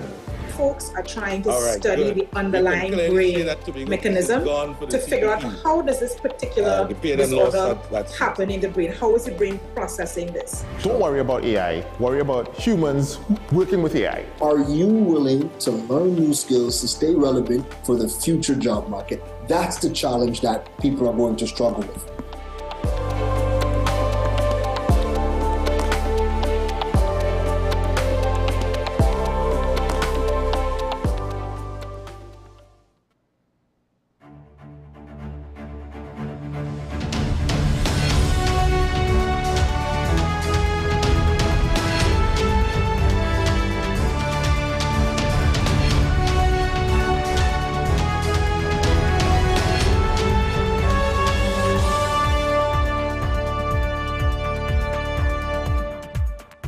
Welcome back. Election Night 2025 coverage here on WESN. We're joined now by Mr. David Abdullah, trade unionist and political leader of the Movement for Social Justice.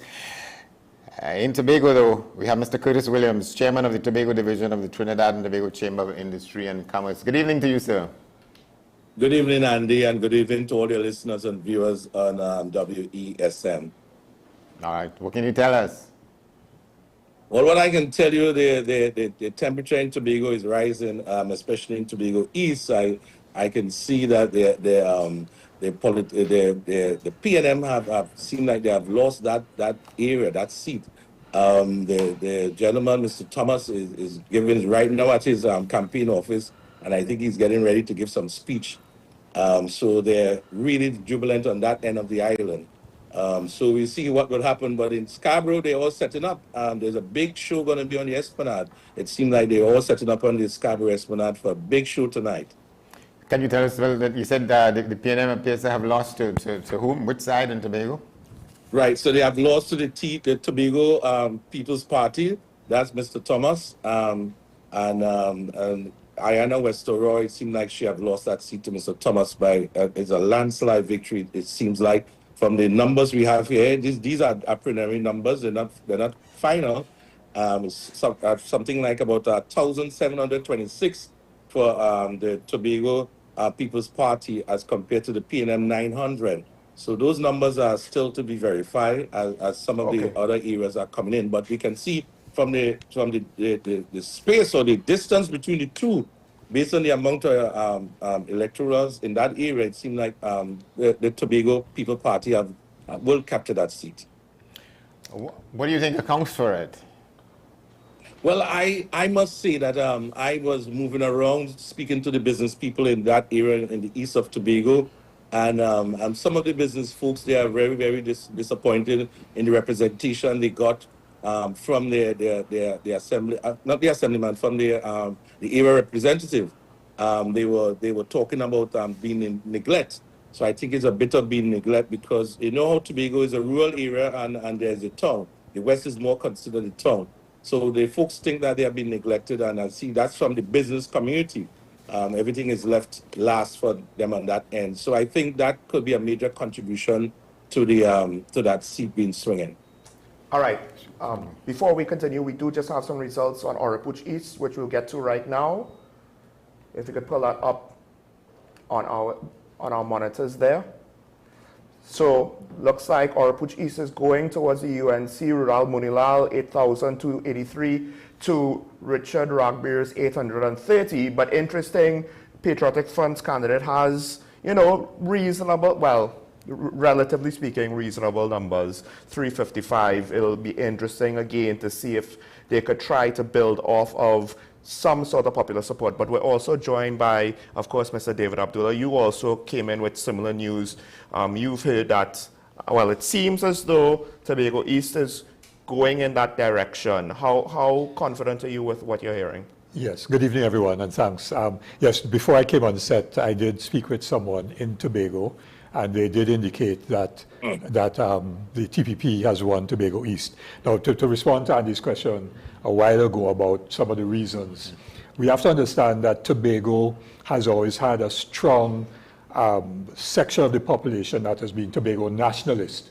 Yes, going back to ATP James, A&R Robinson coming forward. And that Tobago nationalism has been strongest in the East, more so than in the West, yes? Mr. Robinson, for example, represented Tobago East. So the PNM was always going to be more challenged in the East than in the West, yes? But also the point that was just being made by Mr. Williams about the lack of representation, I was hearing that as well, that Mrs. Webster Roy was not a strong representative, and so that also impacted obviously on her performance in that election. What is significant is that Watson Duke is from the East, from Roxborough, and he seems to have done very badly, so that it means that in terms of the Tobago politics, the TPP under Fali Augustine has clearly supplanted Watson Duke and the PDP. That seems to be quite clear. Mr. Williams, I do want to ask, given what happened to the TOP and how they saw some early success and then eventually it sputtered out, is Tobago potentially looking at the TPP and saying, look, we can't just let opportunities to progress our politics kind of be wasted, and that's part of the reason maybe why it seems as though Tobago is very serious and decisive about these sort of decisions. They're not just well, we always voted one way, so that's where we voted. They went with the TPP, you know, they stuck with Fali when he moved on from the PDP after the landslide victory, and now this general election, we're seeing Tobago kind of exercise that desire once again. And you're correct. What we see happening in Tobago East is that I've been viewing both campaigns, both for the PNM and both for the Tobago People's Party, and I definitely see we were dealing with issues, and the People Party was dealing with issues that are affecting Tobago as an island, issues that are affecting the people. And I see on the platform for the TPP, they were delivering issues upon issues. I note some of the issues as well, and I was shocked to know that those are some of the things that coming out from that area. As well now on the PNM side, now I did not see much of issues we're dealing with. I see things we're talking about 10 things over 15 years ago, 20 years ago. We're talking about now, 10 years gone back, what's happening, what you have done, what you're doing, and what you expect to do. And those were the critical things that we'll see happening in that space. Well, I guess, could it be, this is, I guess, for anyone, that's just to show how Tobago might be a bit more mature than Trinidad, because they're looking at issues. They're not I mean, they don't have to deal with race, but they're looking at issues, not Pekong, not Bubble, not who have the catchier tune to some extent. Because I think okay, we have results for Togo San Grande, so we'll hit a pause on that there. And let's pull up our monitors there. Togo San Grande still early, but it looks as though right now PNM has a slight lead. Roger Monroe has 342 votes to Wayne Sturgis 245. The other candidates, at least for now, not really making much of a dent in the numbers, but we'll have to wait and see how this goes. Yeah, and Sean, I wanted to say, because I was looking at the coverage a little earlier, I used to do election coverage for a radio station some years ago. Jones P. Madeira was very involved in that. And we didn't have laptops and spreadsheets and all of that in those days, no cell phones. But I insisted that when the reporters called in, they specify the polling division for the number of votes for each party. Because if you know the polling division, and you know that Party A got 100 last time, and Party B got 50 last time, and this time it has flipped, you could say there's a trend in a particular direction, and you could actually call the elections very, very early. But when you put up a global figure, and you don't know, because that figure could come from a strong support area of Party A, but it means nothing when it gets over to where Party B has its support. So unfortunately, it's very, unless you get, you know, thousands of votes coming in, then you might be able to say the direction. But it really is unfortunate that we don't know the polling divisions, because when you know that, you could pretty well know if there's a trend in one direction or the other, and what is therefore likely to happen very early on in the elections. Yeah, well, I think generally speaking, I think Tobago East has gone back to natural, because I can tell you in my days, myself and Cleveland Raphael, when we covered the Tobago House of Assembly, at that time when it was functioning and so on. Tobago East was always different from Tobago West. And Yes, it was always, certainly the East and West. Now, I was talking, for example, about the Sangre Grande numbers that just came in. It's very difficult to make a determination as to where that is going unless we know the polling divisions. Right. But the Tobago East, I think, is definite that the TPP has won Tobago East, which is going to be interesting, if I could just say this, in terms of if, I'm assuming now that the PNM may win the West, because the margin in 2020 in the West was much bigger. Yeah. So it'll be interesting because Tobago was saying, and Mr. Williams might want to weigh in on this, that they would use their parliamentary seat, if they were winning it, as a lever with respect to particularly the issue of autonomy. Yes. So if there's only one seat, and say, for example, the Trinidad parties don't need that seat to form the government. There's 2 seats or more of victory by one of the parties. Then what happens to that leverage going forward? And you're correct. And that was one of the things that was mentioned by the Tobago People's Party winning the seats in Tobago. They will have used the seats as a bit of leverage in the parliament to indicate to the government that we need the various issues that they are dealing with. Which one? I think number one on the list was the autonomy that they want to deal with, and I think that's a big push. Okay. And then moving from there in terms of the quota, in terms of the percentage that they get of the national budget, and those are 2 critical things that the party mentioned, and those are things that really do affect the island, as we can see. Coming out of some of the issues that they were spoke about on the election trail going forward. So I think that the Tobago People Party positioned itself to treat with those issues going forward. Okay, we have a report from the UNC coming in from our correspondent. Jada, are you there? Hi, yes, Sean, yes, I want to tell you guys about the atmosphere here tonight. Again, it is up and it is lively. We have Oropouche East. We're leading up with Oropouche East with 8,283 for the UNC. To the PNM's 830, followed by Shogunas West, 8,768 to PNM's 540. And one of the most anticipated, Tunapuna, 3,180. The UNC is leading to PNM's 2,610.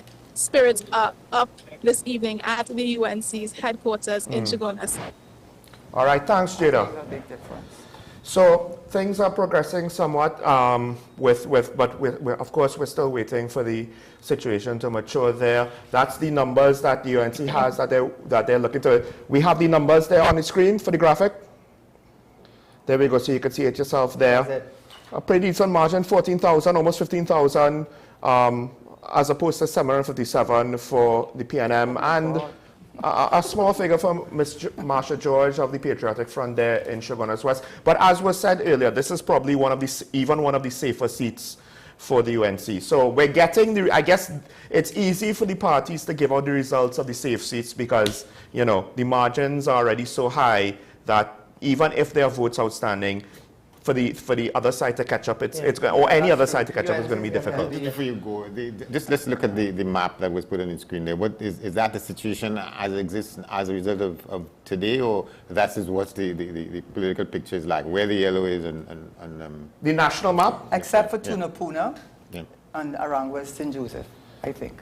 I'm not too sure. Does the national map give us the current situation there? Okay, so. Right, it's not orange, that's more grayed out, but we have certain constituencies that are either leading by the UNC and trending towards UNC, and then Tobago East there is at least right now trending blue for the TPP. Yeah. So that's not the map going into the election? It is that is the current, yes, that's the current map, right? Yeah, so, because what I was saying is that the results in Tunapuna and around West St. Joseph I would be a little troubled if I were the PNM, because in Tunapuna, in the last election, Erbsman Ford for the PNM got 9,640 to UNC 7,533, and now you're seeing. Look at the difference in the margin. And it's going to come down to margin is over 1,000. Margin. If the UNC does hold, it may very well come down to about a 500 or 600 votes. So depending, of course, for the TPP's position, Mr. Williams, it would be much better if they get the second seat. The low-hanging fruit question, obviously, is what are you hearing from Tobago West? Just preliminary speaking, because we know the expectations in the THA elections, the last one, was that that would have been the areas that the PNM probably would have kept, but that was a landslide then.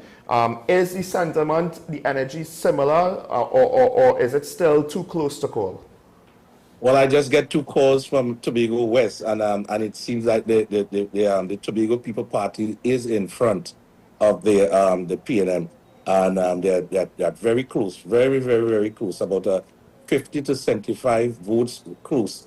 And so the TPP, Tobago People Party, is in front of the PNM so far in Tobago West. I'm seeing that popping up. I just got information about that. So we had to keep our eyes on the Tobago West, and let's see if any trending is happening on that end so far as we could see. I want to indicate that the people wanted to deal with the issues and not so much of all the politics. You tell me about it. The issues is the main thing that was affecting most of the people across Tobago. Dr. Mohammed, I don't know if you would have anything to add to that with regards to how the politics in Tobago was going, I think, and the type of campaign. One of the things I think is influencing what we are seeing tonight in Tobago as well, and Curtis would know this, is that from 2021 to present, that tension that existed between the central government and the THA did not benefit the people of Tobago. And it did not seem that it did not appear, well, at least to me, observing and analyzing Tobago politics, that the central government really showed a vested interest in moving the Tobago people forward, from autonomy to economics to social standing, because the THA had shifted from their hands to another political party. And on top of that, if you look at what is going on now, I looked at the PNM manifesto. I read it all 182 pages over the course of the Easter weekend. And you can't tell me in a 182-page document you've dedicated 3 pages to Tobago. That doesn't tell me that you have a vested interest in ensuring that Tobago's future is progressive and there's significant sustainable development. So I think what is happening here, I also will say that both Ayanna Webster and Chamfa Kojo did not advocate for their constituents in the way that they should have, even if they were advocating behind closed doors to get more for Tobago's, to benefit the Tobagonian population. But to what extent do MPs actually represent their constituents as opposed to... They do. Well, they do. In the past? No, but in this instance, it is very critical having seen the THA shift. It would have been in their best interest to represent more and advocate more. That's what your MP role is to do. Not only that, but a 22-19 margin, I would imagine Tobago is very important to the PNM. Correct, correct. Okay, we have Princestown results there to show. And again, this should be coming, maybe from the UNC's campaign. So it's an expected result here, 6,000 to 1,775. The margin isn't quite as steep as some other areas. So technically speaking, it's probably not over just yet, but we'll have to wait and see. But how many times do you see a reversal? You never know. You never know. We don't want to make absolute statements. Mr. Abdullah. The hardcore UNC seats are not going to shift. Of course. Right? So, that's those hardcore seats are not going to shift. What will be interesting is whether or not there is a significant momentum swing towards the UNC in those seats which the PNM hold either substantially or on the margins. And if there is, say, like in Tobago, if there has been a significant swing in Tobago, is that peculiar to Tobago in terms of the size of this shift, given that the THA is controlled by the TPP? Or in Trinidad, is there also going to be a 10-15% swing? Because if there's a 10-15% swing, then the UNC is going to win 23, 24 seats, and so on. That's how it's going to go. And if they get 24 seats? Given your experience at doing these kinds of analytics, David, coming into the election, what is your sense as to what will happen? It was difficult to say this time, Andy, quite honestly, because there were some unknowns. In other words, clearly the UNC had a better campaign. I think everybody agrees with that. It was more dynamic, it was They were better more targeted. organized, more at the organized. start. Yeah, not only at the start, but the campaign was better organized throughout. Yes. The messaging was more focused. May not agree with the messaging, but it was more focused. Now, the issue of the NTA, particularly in Aranguez St. Joseph, and the Patriotic Front and some of those other marginals, to what extent would they have gotten votes, and from whom would they have gotten those votes from? Would there have been PNM leading people or UNC leading people? That was not known precisely, and therefore, for the marginals, it was more difficult to tell. Now, in the case of a big momentum, and because we didn't have a lot of accurate polling going on, we couldn't get a sense of the size of a momentum going forward. I also think that, to be honest with you, I don't believe that what the Patriotic Front is gaining, the votes that they're picking up, and what the votes that the NTA is picking up, I don't believe that it is coming from either the PNM or the UNC. It is coming from undecided. New voters. Yes, new voters, undecided. That's an interesting point. I don't think it is taking away from anybody. So when I saw those polls that David is talking about, I mean, it was very nuanced. It didn't give the detail. The sampling was bad. The margins of error just didn't align, and the polling just didn't give us a true sense of what was on the ground. And because one of the reasons for that is because for the first time since 2010, the ground was not giving us the vibration that we needed to say that it was leaning heavily towards the Patriotic Front, and that things were going to be pulled from the UNC or the PNM from either the NTA or the Patriotic Front. So in this regard, I think that what Michaela, more Michaela than Gary at this stage, has done is that she's pulling the undecided and maybe the young people. Young people. I think, right? I think she... okay, so we just got this. I think Tobago West has been declared by the TPP, right? So both Tobago East and West, right? Tobago West, you said. Yes, so Tobago West. So both Tobago East and West, now the TPP has declared it. Mr. Williams, I don't know if you just want to give us your initial reaction to that news. I would assume you're now hearing it for the first time like we are. Yes, definitely. I know for sure the Tobago East have been declared. In the Tobago West, the Tobago People Party is definitely in front, and it's a slim. Again, it's still early. Still have some more votes coming in, some more polling stations coming in. I would not say 100%, but they're streaming really good. I just heard all the noise of the trucks passing in the background there. Everybody's heading into Scarborough. I think people already anticipate what the victory will be like. So it's a huge crowd getting into Scarborough. The highway is filled with cars just heading into Scarborough. So I think it's a real victory for the Tobago People Party. They already started. Okay, so they have the momentum going in. THA was a good indicator of what was going to happen. Yeah. You know what I mean? Because it's not, they whitewashed, or whatever the expression is, the PNM in a way that the PNM was in shock. 14-1, was it? And it's the 50-40, the one seat was won by 3 votes. Yes, and I wanted to say when you were talking about, you were talking about, anyway, it slipped my memory, but the point you were making before. Okay, but I think we also have an update on Tunapuna. Oh, no, it's okay. Do we have that update there?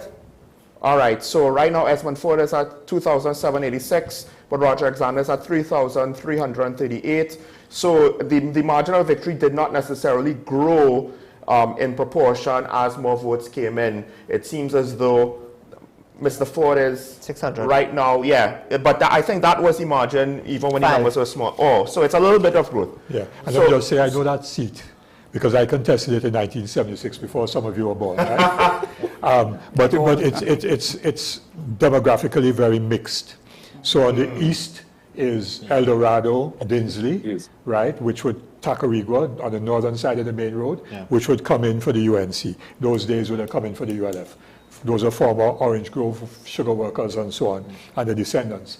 And on the west, the heart of Tunapuna, that is where the PNM support will be. And then you go up into Santa Margarita and a little piece of St. Joseph, and of course QREP, Riverside Road on that area. So it's a very mixed area. So that is why sometimes you need to know where the polling divisions that have reported are. because and who populates the area? Yes, and so it may be that. So if Mr. Alexander is in fact in front and they've counted a lot of the Tunapuna itself, then the PNM is in trouble. If, however, most of these votes have come in from El Dorado, Tacarigua, north of the main road, then it could shift. So that is the difficulty of making a precise understanding. So at this point, you still advise caution. Yeah, don't know. Yes, until if we knew for sure where those votes came from, then I could say, okay, the momentum has swung, because the difference was about 2,000 odd votes, right, in Tunapuna. Yeah, it was PNM was 9,640 and the UNC was 7,523. 1927 was the difference. So you need a significant momentum shift nationally for Tunapuna to swing. But it maybe that is the case, but I can't say based upon the lack of granular detail. But I guess the next question is, to what extent are we going to get those new voters who may have stayed away from the polls before, and how much of a difference could that make? Because some of the new voters might decide to go with PNM or UNC, not necessarily just with a third party, and it might cause the numbers to not be as easy to predict, perhaps, as it was in the past? Yes, you're right. And when you say new voters, these be people who didn't vote in the last election. Yeah. Now, the voter turnout in 2020 was relatively low. It was below 60%. So if there's a higher turnout, a higher turnout will tend to favor the opposition. Lower turnout will tend to favor the incumbent. The thing that I keep saying about the voter turnout, and what we designate voter turnout to be high and low, right? We have to take into consideration between the period 2000 and 2020, that would have been 7 elections. The average voter turnout for Trinidad and Tobago has been 649,000 people. And the lowest voter turnout between 2000 and 2020 happened to be in 2020, which was 58.08%. And that was only COVID, but it was 658,000 people voting out of 1.134 million. I am very interested now to see what the voter turnout looks like for this year relative to the 1.154 million people that is eligible to vote. Well, I do wonder the 1.3 figure might be just a little too low. I do wonder if the population was larger than that. Well, it was 1.134 and some change. Yeah. You're talking about in 2020? In 2020, yeah. They said it had a lot to do with COVID, because a lot of people didn't want to go to the station because people were still dying. Well, and it was early COVID. Right, and then in the elections in 2015, the turnout was 66.7%, and with 2020 it was 58.8%. So I think COVID had a big impact on the voter turnout.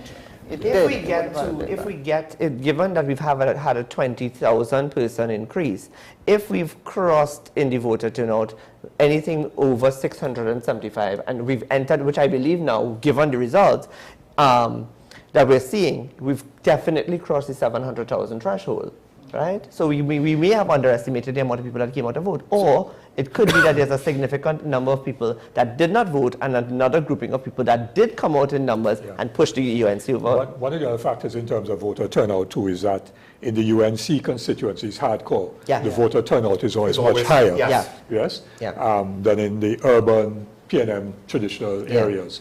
So one of the other factors that you have to look at too is therefore in those urban PNM general areas, was there a higher turnout? And if there was a higher turnout, that would come from a group of people, perhaps young men, who obviously the UNC have been reaching out to by social media and other means and so on. Was their disenchantment with their social and economic circumstances a motivator for them to come out in significant enough numbers to shift the marginals in favor of the UNC? Those are the things that exit polls will tell us, but we don't have. I want to ask Mr. Williams about that, because in Tobago for the last THA elections, it seemed as though a lot of people were coming out in force to ensure that they weren't going to miss that one, right? Especially after the previous one ended in a tie, and you basically had to go a year where it was 6-6. From the energy you're seeing in Tobago with regards to the various communities, do you think that the turnout there also might be a significant number? All right, definitely. Hold there. We do have a report from Balisier House there, so I believe we should have Naomi. Okay, Mr. William. Yeah, you're correct, and definitely that's what's happening in the space. I see the turnout has been really, really constant, and it has been definitely a larger turnout. At the end of the day, we will hear the numbers, and you will see that there was a larger turnout in Tobago. From the numbers coming in, the chairman of the party, she already want to declare the entire Tobago. They said Tobago gone blue. She is really optimistic on it. She said based on the trend, she think Tobago West will be gone. And I think that will be it. Tobago will be code blue, as they indicated. It's really trending, and I'm seeing the trend picking up. The TTP is 2,445, leading with the PNM on 1206, and that was some moments ago. And if that trend continues, based on what I'm seeing here from all the media sources coming in by me here, I think that Tobago will definitely, looks like Tobago gone blue. I will say this though, I myself want to be a little bit more cautious with the declaration because I think the total number of votes isn't reaching historical levels. I just got a message from Tobago saying that, yeah, they have it. Yeah, but he's right too. Sean is right because could it be that the electorate is we're not just getting the numbers? No, we're not getting numbers, but but somebody has seen most of the numbers? Yes, that's what is happening because I just, from within the TPP, my TPP contractor said they've got it. And because they have the numbers to show, She's gathering the numbers. The chairman is gathering the numbers from the headquarters, and she just was telling us a little while that based on the numbers, it seems like they could safely say East is gone and West is trending. If they continue the trend within the next 15 or so minutes, it's gone. Definitely they can see they do have it. Mr. Williams, how did the fact that there were 5 political parties in Tobago for these elections influence one side or the other, or the issue one way or the other? Yeah, that was something that I've never seen before in my history of voting in Tobago. I had 9 on my side, Tobago West. And I was stunned by that. I see a lot of folks trying to get into the race, but I think they have to understand what general election is all about. And if it's a THA election, fine, I can see those numbers being displayed. But with the national election, I don't think 9 and all those high numbers will really make any kind of a point. So I really think that some of them should consider just kind of cooling it down and wait for the THA election. It probably will do a better dent in the THA election. Okay, we have... Thank you very much. We have results from Mayaro. If you could get that up on the screen now. All right, Wilfred Morris, 8,702. Beatrice Bridgelals, 3,242. Brittany Williams, only 80 votes, not quite the same relative success as some of the other patriotic members. But again, this is a UNC seat, even though the incumbent wasn't allowed to go forward for that seat. It seems as though it's still safe for the UNC. Well, that is a point of interest that the removal of yes, it's something that's frustrating to me because it speaks to the fact that at least generally, right? I won't say all, but generally, the candidate is not as important as the party. Okay, we have Naomi from Balisier House, I believe, or do we? Yes, from Balisier House. The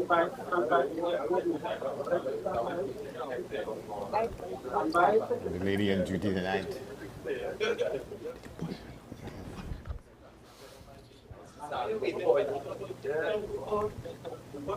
Okay.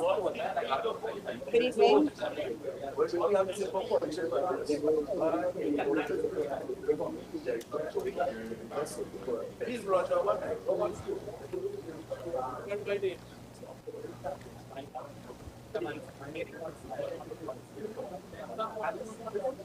We're awaiting. Yes, good evening, ladies and gentlemen of the media. Thank you all so very much for joining. I just have a very brief update for you. The time is now 9:40 p.m. As you are aware, the polls closed at 6 p.m. with some lines being long and therefore voting actually not stopping until after 6:30 p.m. Our numbers have been very, very slow in coming in. Similarly, with the EBC's website, the updates coming from the EBC has also been very slow. In our system, we have very preliminary numbers here so far. and we are not in a position to declare any seats whatsoever. We are in the lead in a number of seats. However, in 20 minutes' time, our political leader and members of our leadership will come and address you and answer all questions that you may have. So at 10 p.m., you can look forward to members of our leadership coming out here this evening to speak with you further. If you have any preliminary questions that I may be able to answer, I will be very happy to do so, but our leadership will come and give you answers at 10 p.m. Mr. Brown. Yes? So, for instance, Arima, which is a traditional PNM stronghold, in our preliminary numbers here, we have 669 votes. And we can't declare a seat on 669 votes. The other parties have 69 votes, for instance. So we will not be able to declare that seat because we anticipate there will probably be 10 more thousand votes to come forward here to be passed.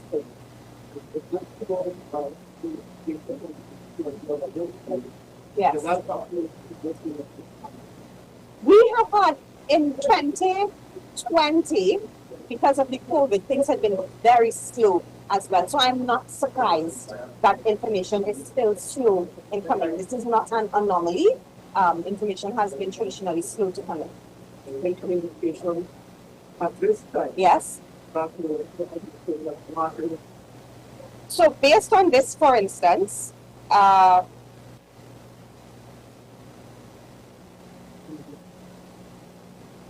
instance, in Maruga Tabelon, the two numbers, one party has 3,600, one party has 3,800. So we can't make any declaration on that. But as I said, it's very early still. Our numbers are coming in. We are also monitoring the EDC site to compare with the numbers that are coming in from our respective agents. But at 10 o'clock, the leadership of the party will address all of you. Yes? Okay? Thank you all so very, very much.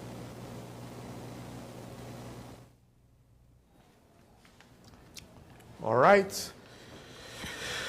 Well, the leadership is coming in 20 minutes. I know what I'm trying to figure out is what is taking the leadership of the party from getting to Balisier House and facing its membership and giving them the results as they would require? Why are they putting the pressure on Laura Lezama to deliver the news? Laura Lezama leasing. Yeah. Why are they doing that to Laura Lezama leasing? Why are they putting Laura Lezama leasing under that level of pressure? Given what they look like. Well, she's the PRO. No, she's not the PRO. The PRO. She was the PRO. She was, and she was fired from it. San Fernando West. She was fired from the PRO position, so she should not really be the person. I have things I would like to say that I will not say. Well, I have something I want to say. I can't say either. Wait. I do have to say, we have to take a break. We have to take a break. Wait, I want to say, I think everybody should tune in to this station. Come to this station. Folks, I said that. Go ahead. Okay, no, we just need to take a break, and when we come back, we should have another member of the panel joining us. Stay tuned.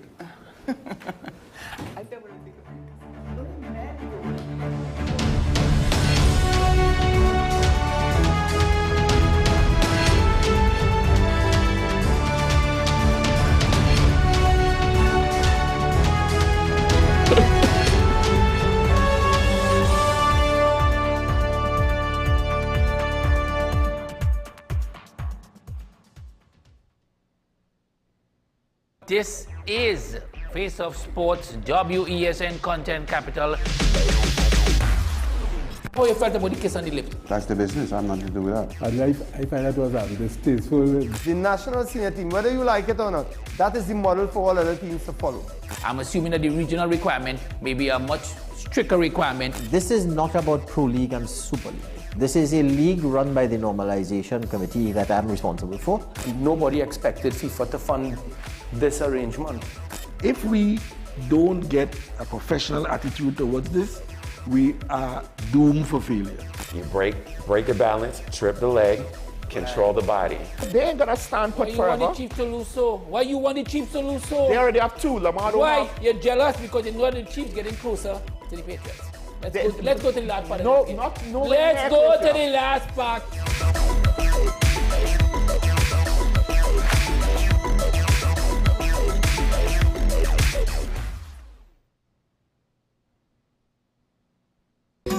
Take some time for yourself or spend some time with the family at Sandy Point Village Hotel. Enjoy our various studio and suite apartments, self-contained with their own kitchenettes and Wi-Fi. We also have our famous 100-foot swimming pool and our beachfront restaurant, the Steak and Lobster Grill. And our location in Crown Point puts us near the center of activity from the nylon pool to the local nightlife.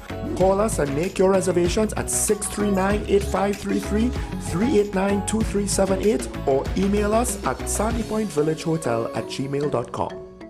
As always, we appreciate you starting your day with us. Let's get into this morning's first conversation. Is the country's healthcare system more at risk more than ever? Why it has remained unaddressed for so long. Political parties get lots of cash, big cash from financiers, and then when they get that now, you can't account for it. But it's really the specialist nurses who we are in a greater shortfall for. We can tap into the resources and have them, at least form some mentorship programs. Highlight our food systems, and which will attract persons from all over the world to come and experience something that actually supports the local economy. We're lucky that we have a vibrant legal system that allows change to take place, and it's not that matters are just swept under the carpet and discrimination is allowed to be perpetrated. A lot of people don't know that, there were attempts to ban the carnival, suppress the carnival.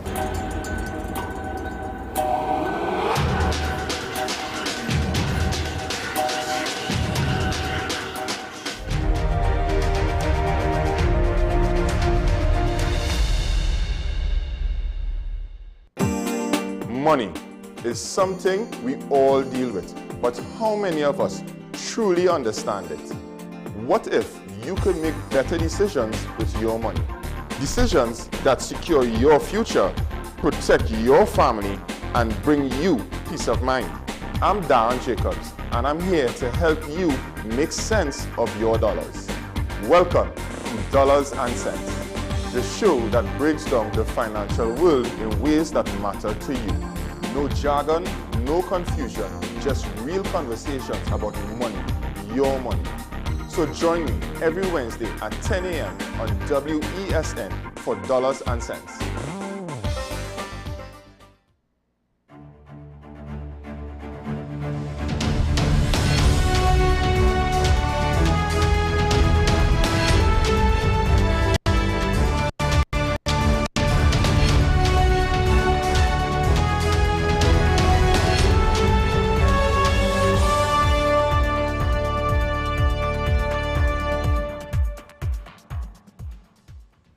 Welcome back to Where the Action Is, WESN Election Night Coverage 2025 in Trinidad and Tobago. We're going now to hear from Dr. Indira Ramprasad, political scientist.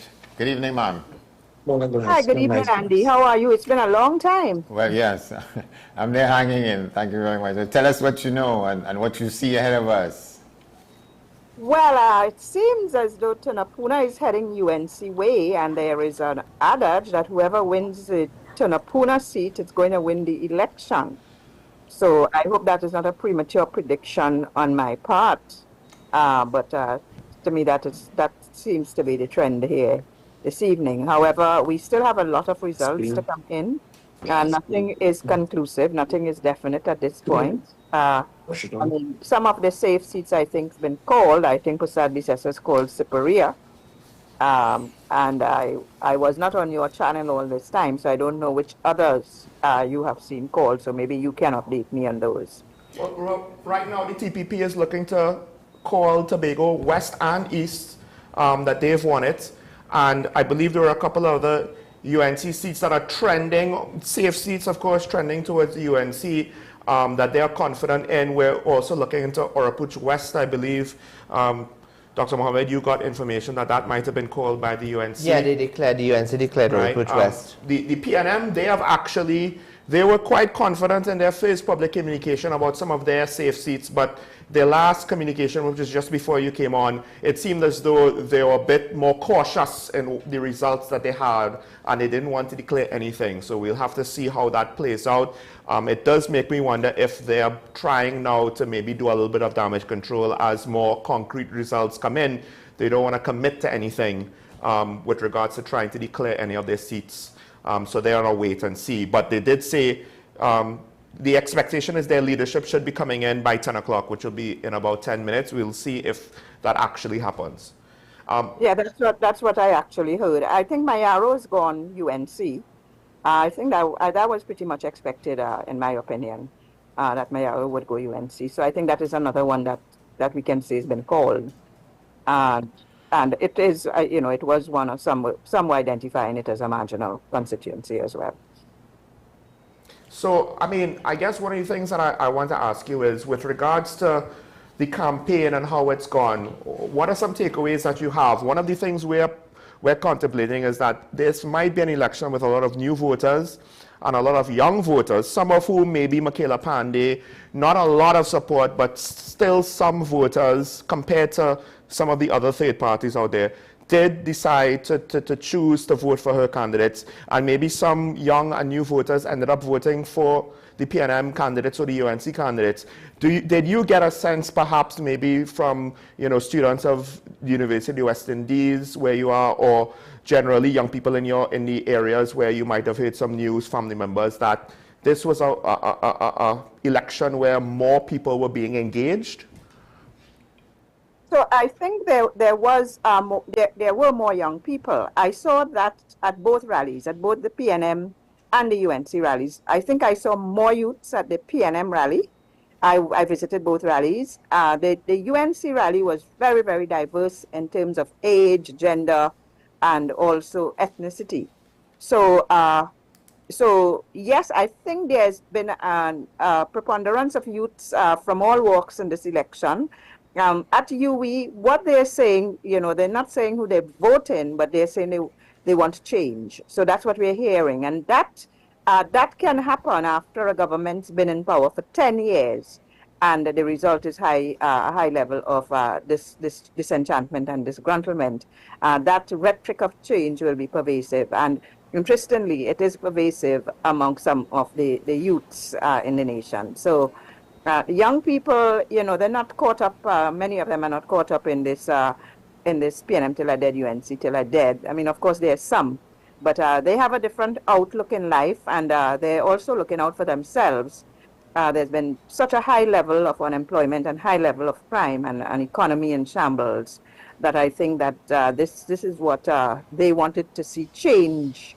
They were not definitively saying that they were going to vote for the UNC or they were going to vote for the Patriotic Front or the NTA. They were saying they want change. So let's see if that rhetoric of change was translated into a vote for the UNC or for which party for that matter. Okay, we do have a report from the UNC, I believe from our on-field reporter. Jada, are you there? Hi, yes, Sean, yeah, I'm here. So we're just getting some reports here that the UNC has declared another win for the constituency of Barataria San Juan.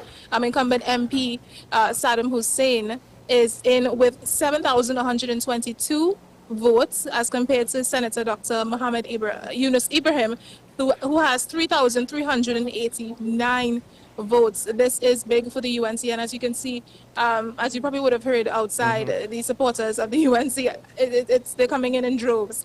It's a big party here at the UNC headquarters. Back to you. Thank you. Thank you, Jada. Margin, that is a huge virgin. All right. Okay, that was a Freudian slip. It wasn't even a Freudian slip. I don't know how I said No, but you're right. You're right. No. Ibrahim is a political virgin. Okay, thank you. Trying to save Yeah, I save you there. But I'm telling you, though, it is a big indication of what is coming down the pipe, because with Barataria and San Juan and Aranguez, St. Joseph, those were the closest marginal seats out of all the seats. Correct me if I'm wrong. That is close to what we've seen. No, it might not be the final figure, but that is one of the figures that's kind of close to what could be the final result, right? It depends on how much last election, how much electoral votes comes in total, because the last election it was 1060. It was 1,060 votes that separated them. Yeah. Right, but I'm trying to talk about the total. Okay, the total. So the UNC got last time 8,300, and the PNM got 7,240. Yeah. Now what Jada just reported was UNC had gotten Saddam Hussein 7,000 odd, and the PNM 3,000 odd. Yeah. So there's like 5,000. So that could become it's either there was one or two things there. Yeah. It's either there was a huge uptick in the amount of people that came out to vote for the UNC, and a drop in the number of people that came out to vote for the PNM, which would then make the margins difference. And that's what I keep saying. The results of each election is very much like an anomaly. It's going to be something that we've not seen before, if it does come to that. Okay, we have figures for our election map for Barataria San Juan, so if you could just flip to that. All right, so there was the figures there. Doesn't seem to have anything for any of the other candidates. So based on the last election's numbers, which was an election that was lower than normal, right? There's still at least 5,000 votes to go, unless the turnout is an anomaly in this case. But I want to say look at the gap. I mean, it's hard to figure out. It's too big. Listen, with as I said in the last elections, UNC got 8,300 and PNM got 7,240. That was very, very. That was one of that and Aranguez was the closest. And I think you see what the Prime Minister, the current Prime Minister, what's his name? Stuart Young. Stuart Young. You see when he went outside of the mosque and was distributing the $20. So you'd vote for me? No, I'm serious. I have Muslim friends and I have people who are Muslim, and they took great offense. And Barataria San Juan is a Muslim area with a lot of Muslims living there. The Muhammad family. Yeah. There are a lot of Muslims that live in that community. Dr. Ramsar, are you with us? You think he may have been prompted to do that, to encourage I got that feedback from people that I know who are Muslims. Okay. And that was the feedback. So, Dr. Ramsar, what do you make of the results there, where we just got Barataria San Juan? You mean it's gone UNC? It's trending heavily UNC right now. 2-1. The votes that is one I expected the UNC to retain. They had it. Saddam was working that seat like crazy, and I expect Barataria San Juan to go UNC, and if I may venture, I also expect Aranguez and Joseph to go UNC. Because of the level of groundwork that was being done for quite a while, even before the election was called. As soon as Devish Maraj got the seat, he started working it. And, I've got feedback from people on the ground that they like him, they're comfortable with him, and so I got the impression that seat would go UNC. Let's see what the night would bring. All right. I know you said something in the last take before we broke and then come back to you, but what are your takeaways? Do you have, at this point, what are your takeaways as to what is happening, the way the trends seem to be moving? It seems that the majority of marginals, and certainly those in the corridor, are going towards the UNC. That is a trend. I don't know what is happening in San Fernando West. Do you have any numbers, any figures there? What's happening with Mr. Dowlett and Paris Arawi? 500 votes for PNM and San Fernando West. 500 votes ahead. Although I think preliminary numbers on San Fernando East, it wasn't any PNM zero, but it was still very, very preliminary. Brian Manning. PNM declared Manning. As I'm seeing a notice where Manning is declared himself. East. Sorry. Sorry, I mixed them up. That's never lost. Yes. Well, I mean, that is the seat, Yeah, so not surprising. No, not surprising. I think, you see, the really hardcore seats are going to remain with either the PNM or the UNC, right? So we can't say gone that way because it was that way. Right. We have to then look at 8 or 9, which could move either way if there is a momentum of 10 or 15% to the UNC. And that is really what will determine, in my view. Tobago East and West have gone to the TPP. It therefore means that the PNM would have lost government, yes? Because they don't have a coalition. So even if they were to pick up, assuming they won Moruga Tableland, which we don't know, right? That still wouldn't give them, that possibility, because it's likely that they would lose Aranguez St. Joseph. So where we are now, I could say that it's likely the PNM has lost the government. Yeah, but wouldn't they be able, post-elections, to form a coalition as was done years ago? Well, no, I don't think. I don't think. No. I'm just being the devil's advocate. And he's saying that the PNM has lost because of those 2 seats. Yes, but because how do you know that they would? You talk about Tobago? Yeah. Yeah, that would mean, first of all, Karen. That would not happen. That would mean, first of all, that they would have to hold all the other seats, which is not likely that they would do. Right. We have it. La Joqueta, Talparo. We have results to put up on the screen. And there it is. A bit closer than some of the other races, but Foster Cummings right now, the General Secretary of the PNM right now, is behind Philip Watts. Now, by 2,000 votes, almost exact 2,000 and change. Just want to see what the, now, can you just put it back up quick? Yeah, please. Put it back up quick. Yeah, you take it on. La Joqueta, Talparo, 6,000 to 4,000. So there's still some potential ground. There's still some potential ground. Approximately 6,000 votes is still out there. But again, depending, this is not the kind of thing that you want to see. One of what should be one of your stronger candidates as the incumbent.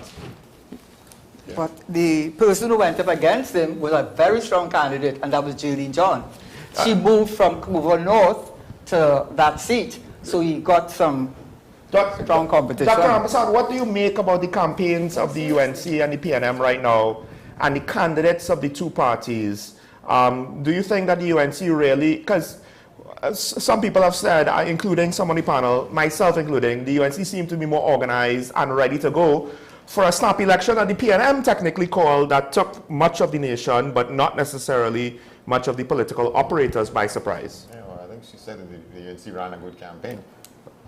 But let's... Oh, well, I don't know. We're asking you to elaborate on the sense in which you think, the way in which the campaigns were executed. Who are you speaking to, Andy? Is it me? Yes. Yes. Okay. So, yes, I thought it was a brilliant and very well organized campaign from the start. It was highly professional, very, very different in contrast to 2020. They made sure that there were no rhetorical errors or, any expressions or phrases that could be used heavily by the PNM, as they did. Remember the monkey and the banana, the black man, whatever it was. Those things did not appear because they were monitoring very, very carefully what was said, not only by the leader, but by the candidates. So I think they were extremely cautious. Some in the UNC, it was do or die. So, they put their best foot forward. What was interesting too, and I was looking at the magnitude of the stage at Aranguez. It was an amazing stage. One could see that money was being pumped heavily into the party for them to have the kind of setup that they had, not just for the rally, but also for their meetings. It was clear that the financiers were empowered to support the UNC, many of them, which I think they did not have in 2020 and perhaps even in 2015. So that was clear that that the finances were going in the direction of the UNC, and the campaign was much more organized and professional than it was in the last two elections. Okay, we do have a report from the PNM. This could be some of the leadership coming to speak. We'll have to see who it is. As we cut to the PNM, Naomi, are you there? Good evening again from Balisier House. I just want to give you a quick update on the atmosphere here thus far. It has been fairly quiet and measured. Where there hasn't been much celebration going on, if any at all. As a matter of fact, we did have an update from Ms. Lazama a short while ago, saying that the Prime Minister will be here shortly, along with some other officials, to give an update and answer any preliminary questions that we may have. I haven't seen any sign of anybody so far. It's a few minutes past the hour. But I will keep a close eye on what's happening, on if anybody shows up any minute now, and I'll keep you guys posted in studio as to what's going on so far. So back to you in studio. Thank you. Yes, reportedly the PNM leadership was supposed to be there by now. That was said, but I guess it's one of those things where, as much as they might say it, perhaps they're trying to figure out what it is they're going to say when they actually arrive. Could we get back the La Joqueta, Talparo numbers on the screen. Could we get it back? Oh, I mean, yeah. Can I ask something at the risk of being facetious? I could give you the number. Go ahead, Dr. Rampasad. Yes, so who is the political leader of the PNM? Well, Dr. Keith Rowley, technically. And the political leader is going to address who is the political leader of the PNM? Come on, let's be accurate. Let's be accurate. Who is the political leader of the PNM? Let's be accurate in what we receive. And who would be? We all know who is going to, Dr. Ramos, she's making a good point, Who is going to declare that we've lost the election when it comes to that? The person the minute the person who has to concede is the sitting prime minister. Yes. So let's be clear on that. I mean, hold on. No longer hold a seat. The political leader of the party and the opposition leader must be an MP. Yeah. Yeah? So yes, that's interesting. Who is it going to be, Stuart Young or Dr. Keith Rowley? Dr. Rowley is not in the going to push him forward. He's going to say, this is your election. You have to do it. Stuart Young is the prime. Is the prime minister until the elections are completed. But who will be political leader if Devine should win his seat? Dr. Rowley said earlier today that he would be so that whoever the members of the House identify. Hold on. She's saying something. Hold on. He said he will be officially in retirement tomorrow. I saw him saying that on TV today. He will be officially on retirement tomorrow. So he is going to be the opposition leader until the election results are final. The political leader of the PNM. But then there is a dilemma and a crisis within the PNM. Should of who is the opposition leader and who is the political leader? Yeah, that's a very good point she's making. Yeah, but the same issue arose with respect to the prime minister being different from the political leader of the PNM for the last 3 months. So that question has already been addressed. Hold on a second. The persons in the House will identify who the leader of the opposition will be. That is going to happen, right? Yeah. Later on, the PNM will have to have an internal election to deal with. My own view is that it will be highly unlikely or impossible for Stuart Young to be the leader of the PNM. I'm not saying leader of the opposition, but become the leader of the party, having lost this election. But we'll cross that bridge when we get there. But that is not, to me, that is not the most significant issue. Yeah. The most significant issue really is about the formation of a government. And in my view, the relationship with Tobago and Trinidad in the context that if the UNC, which is likely, wins Trinidad, what is the relationship between the UNC and Tobago? And how does Tobago leverage that with respect to issues like Tobago autonomy? Those are the more fundamental questions for us to be discussing. I was thinking about that, and if you have a situation in which both Trinidad parties have to come together go and to appeal to the people of Tobago. No, but wait. So I think what we have to look at it from once. Okay, we are at the point where we are staring into a UNC victory. So it's safe to say at this stage that it's very more probable, we're at a 75% probability that we're looking at Madam Prime Minister, right? That's the first thing. Now that we've moved away from that, we're coming into Madam Prime Minister, we have a scenario in the opposition now where the political leader is one, not a member of Parliament, and the outgoing Prime Minister is perceived to be the leader of the opposition party right now. But we all know that the dynamic of who becomes opposition leader is not the same as who stands as prime minister. It is the leader of the person the person who commands the majority of support in the party that does not support the government. Right, and therefore they will determine that. But it's not that simple, David. It's not that simple. It's not an issue for the party.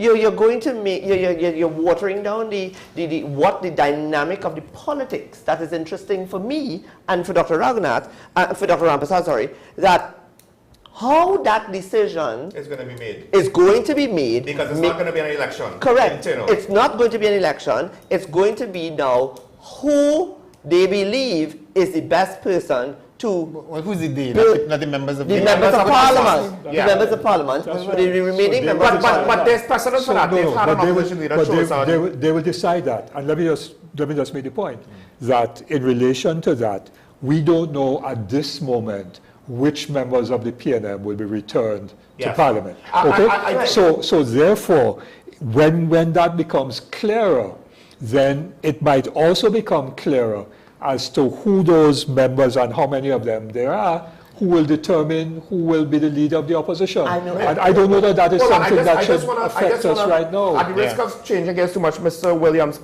I don't know if you have heard, because you're hearing things from the PNM camp. Now, we've gotten reports from Balisier House, but have you heard anything similar with regards to the PNM and Tobago, or have most of the PNM members gone to Trinidad? That's an interesting dynamic. I'm not too sure how many of them are in the Tobago Council in Scarborough or waiting for the results there. Oh, they might be coming in the morning. They don't normally come down at night. Right. There's normally activity in Tobago. So have you heard anything from the PNM camp and the Tobago Council? No, I knew that they weren't at the normal house in Tobago. They were at the Caroline building. That's a new building that they were using. So the mood there is very quiet, because when I passed there early on, it was very, very quiet. I know everyone is now at the Esplanade now, getting ready to treat with the new wave, as they mentioned, that have taken over Tobago, and that is the Tobago People Party. So as they have declared, the chairman of the party, she said that definitely she could safely say that Tobago have gone blue, and that's what everybody is now trending to. All the media houses is getting down there to do the interviews so far. And that's what we see on the ground now. As I have it right now, it's safe to say the PDP's support and base in Tobago has more or less moved with the TPP. That's correct. That's correct. We can safely say that. And as we indicated before, the campaign should have been a campaign focused on issues and what could be done or what should be done and what you're going to do for Tobago business, Tobago people, instead of the picong and all that other thing, the rhetoric that was adding up. The people really wanted to know what's going on, because there's a lot of things happening in Tobago, and we really want to see who can really get us out of the hole that we are in now presently. Okay, we have Faizabad results. We have some information about Faizabad. So if we could put that up on the screen. So there we have there, Devendranath Tanku, 8,841 votes. Kiran Khan, 3,270 votes. Right now, let me just double check the historical data there, but seems as though interesting. It's a safe seat, but Patriotic Front with a little 400 votes. I would say this, as much as I'm trying to think, oh, maybe this could be inroads of something new. It's not the numbers like you saw with the COP's first election, where they got thousands of votes. I don't believe, I reject any idea that this is vote splitting. This is votes that have never, if it was vote splitting, we'd have seen some. More. Maybe for the UNC. You would have seen less for the, yes, correct, or even less for the PNM. Yeah. This is new votes. These are people who've not voted. This is young people. This is not, you can't say that this is vote splitting, and that's the thing. Whether Michaela is going to now take the collective numbers that she would have accumulated over the 37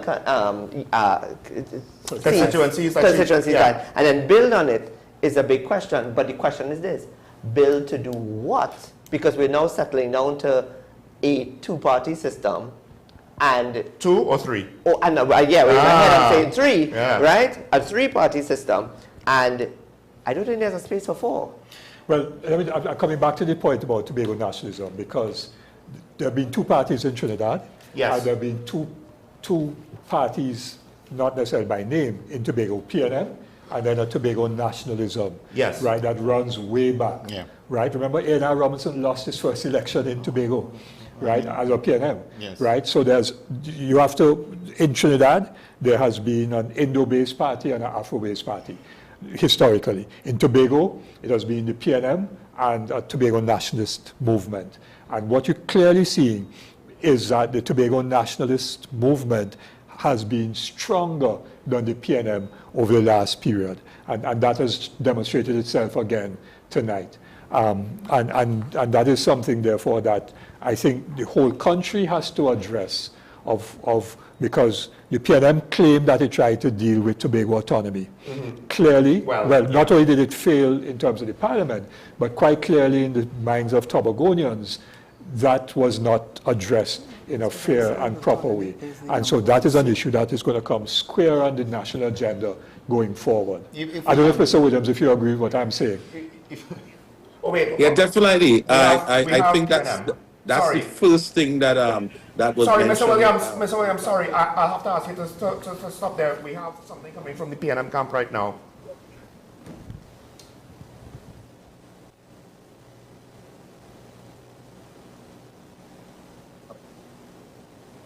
Tobago. From all reports, we have conducted an election. Things have gone very well with the processes. The results are coming in now. And from what we have coming into Balisier House, it is clear at this time that we have lost the election. So this press conference is what we do. We've done it before, conceding defeat on election night, but tomorrow is a new day. We had to concede on the night of December 1986, we conceded in 1995, and we conceded in 2010. So this 70-year-old party, sometimes you win, sometimes you don't win. Tonight is one of those nights where, surprisingly, we have not done very well in the general election. But as we know how to do it, from tomorrow, the PNM will begin to prepare itself for the next call within the next 60 months. We wish all the winners well, because our country is now in their hands. From the reports that we have in our hand, it appears as though if the trends hold, the PNM will end up with an opposition in the order of 10 or 12 seats. But we've come back from 1 seat, we've come back from 3 seats, so 10 or 12 seats don't count us out.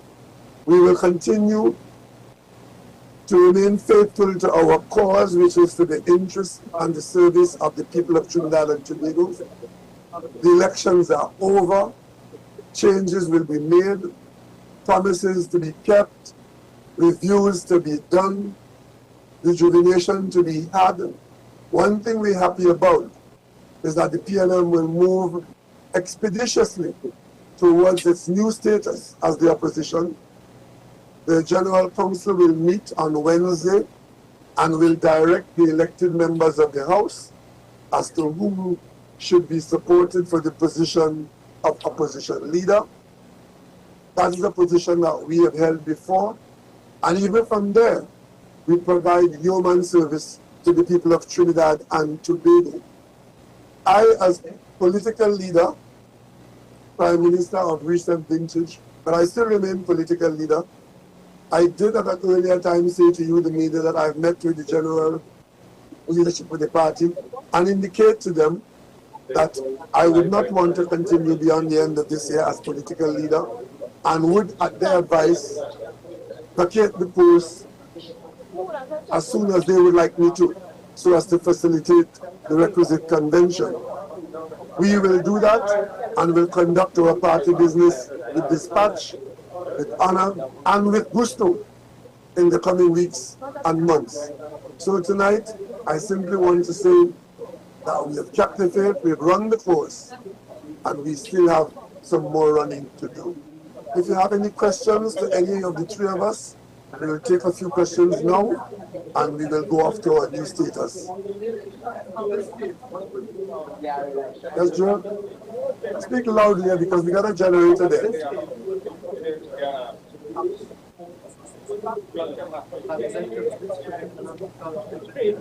Well, I think the population has chosen. One of the things that we have to be proud about is that in our system of governance, the management is chosen by the population. We went out there and competed for the position, and the population clearly from Tobago to Point Fortin, the population has chosen the package of promises made by our political opponents. We can't argue with that. We put a package on the table. We put a direction on the table. We had a record behind us of the last 9.5 years. The population has chosen the package of promises. We said that we were a rejuvenated team offering, a new direction, a new chapter. The population chose those persons who they knew before, and on the basis of their past performance, they have been given the government again. We cannot argue with that. We are not going to argue with the electorate. As my grandmother has taught me, if good comes, it comes for all of us. And if bad comes, it comes for all of us. So while tonight at Balisier House there is no rejoicing, as we expected to, we are not despondent. We have not been here for 70 years by holding our heads down. As Mandela said, the problem is, and the shame is, when you go down, not to get up. The PNM has demonstrated when we are down, we come back with a vengeance. And 2025 will be no different. Dr. Rowley, is there anything? Sorry. Media members only. Yeah, we have a question over here. That will be determined on Wednesday at Balisier House. Dr. Rowley, is there anything, they say hindsight is 2020, is there anything you would have done differently? I mean, going as far back as your resignation to now, is there anything at all you think the party could have done differently? At this stage, of course, if we lost, we didn't do what the electorate wanted, or we didn't have what the electorate wanted. But that is the system. Those who are going into office, they're not going forever. They're going for a specific period of time. And we now have to reflect on what we have, who we are, what we offer, and get ready for the next outing. Dr. Rowley, not as Prime Minister, but as PMM political leader, you take personal accountability for this election. My party contested the election, the People's National Movement. I was leader of the party. I was involved, and the political leader is still the leader of the party. And if you want to put all the blame on my shoulder, not in the blaming business here, we are in the rebuilding business. You think the way this will change the Prime Ministership from yourself to Mr. Young, in any way was a factor in terms of voters, especially members of your party? Well, if you look at what happened in Tunapuna on Saturday, you would have seen the PLM membership in their thousands supporting the position. The electorate is not the PLM membership. The electorate is much larger than the PLM membership. The turnout has not been a very high one, but of course, there are issues. Each person who votes have a reason, and I don't think there are very many votes cast based on the fact that I resigned, because the resignation became history. We're looking forward. The PNM spoke about the future. The electorate was offered a package from the past, and we are now expecting that delivery starting from tomorrow. Not having the ability to carry on some of the works that we have added in our process. Thank you very much for that question. The answer is obviously a bit disappointed. We have put forward what I believe was a very good proposal to the population. As I said only this morning, I believe we ran a very good campaign and a good fight, and we had quite a robust plan for the future. But the population has spoken, the electorate has spoken tonight, and we look forward to tomorrow morning. And the PNM is a strong party. We don't get here after 70 years, and from tomorrow morning, that's it. We're back, we rebuild. We will encourage all the young people to come forth. We have our experienced leaders with us still, and I can tell you something, from tomorrow morning, you will see a strong PNM back on the road, back servicing the population of Trinidad and Tobago. And I certainly look forward to playing a part in that and a leadership role in that. Mr. Young, there's a perception that once governments change, that the next party that comes in is just a clean sweep and they just give it up and everything. Of the things that you would have accomplished during your time in Parliament, what do you think is the one thing that UNC have to tell them Well, you don't touch that. What do you want you to tell them not to touch? The population will judge UNC. I don't think a lot of what we achieved, especially in the energy sector, and the population and those who've elected them today would see in the next few months, next couple of years, whether they are able to deliver it. But only time will tell. What do you say to your persons here tonight for leaving very disappointed? Disappointment is part of life. Don't be despondent. You still have a young person, not only young in name, and a person continues to be more than willing, ready and able to continue fighting for Trinidad and Tobago. I have won my seat, so I will still be there in Parliament, and believe you me, Trinidad and Tobago. Despite tonight, I will fight for Trinidad and Tobago, and this party will fight for Trinidad and Tobago. And we will hold the UNC and that coalition of self-interest to the coals, and that is the new job, and you can rest assured with every living breath in my body, I will carry out that fight for Trinidad and Tobago and the party. Those results are still coming in, but as the political leader says, we expect about between 10 and 13 seats at this time. What's that, sorry? I don't think, I don't think there's any such thing as a major seat. I don't think we've lost any PNM stronghold seat, but let's wait for the results to come in. As we all know, there are about 7 marginals here, and we have the 2 Tobago seats. So let's wait for the final results. The point is, once again, PNM on principle has come forward. We are not dragging the country along, and we have come and we've declared a loss, and we're prepared. From tomorrow morning, we rebuild the party. All young people, you all still come on board, come and join us, and we carry on the fight for Trinidad and Tobago, albeit in a different position. Mr. Young, we understand, well, the initial reports are that PNM has lost Tobago. Your thoughts on, because they said it's in promises and that kind of stuff that they would have made. What are your thoughts on Tobago? But I hope for Tobago's sake, what they have elected tonight manages to deliver whatever has been promised to them. But as I say, the PNM will continue. We have 2 great young leaders in Tobago who led the charge. They were parliamentarians for the last 2 terms. And we will rebuild. As the political leader said before, this is not the first time the PNM has to rebuild. And one thing you see for sure, every time we rebuild, we come back stronger and with a lot more. We have declared it. Do you think that we will talk more than the coach by accepting the task that former Prime Minister Dr. Ibrahim would have given to you? Absolutely not. I am not the type. I was not forced into anything. I put myself forward. I offered myself for leadership amongst my parliamentary caucus. I was given that responsibility. And anytime I'm given responsibility, whatever it is, I will always give my all and give my best. So no, not at all. Dr.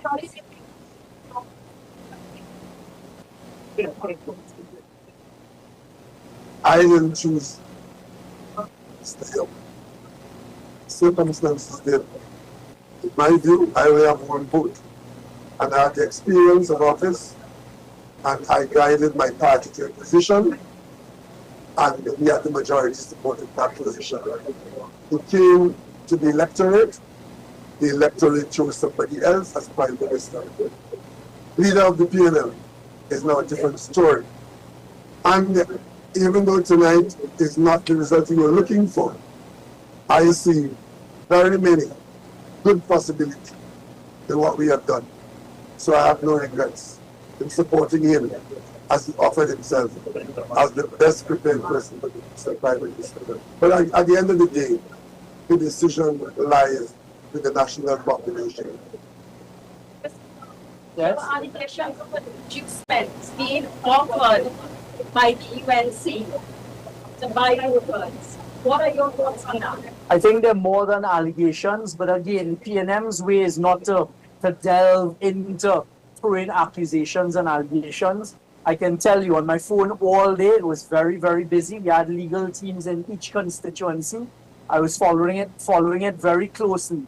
And it was very disappointing, some of the behavior that can be attributed to other parties. And I'll just leave it at that. And one thing I'll ask Trinidad and Tobago, learn the lessons that need to be learned, because very often when people lead you down that garden path, it is very, very difficult to come back from that. And if that behavior that was described to me today, if only half of it is true, then I'm worried that that must never take root in Trinidad and Tobago. But we are not the sour grapes type.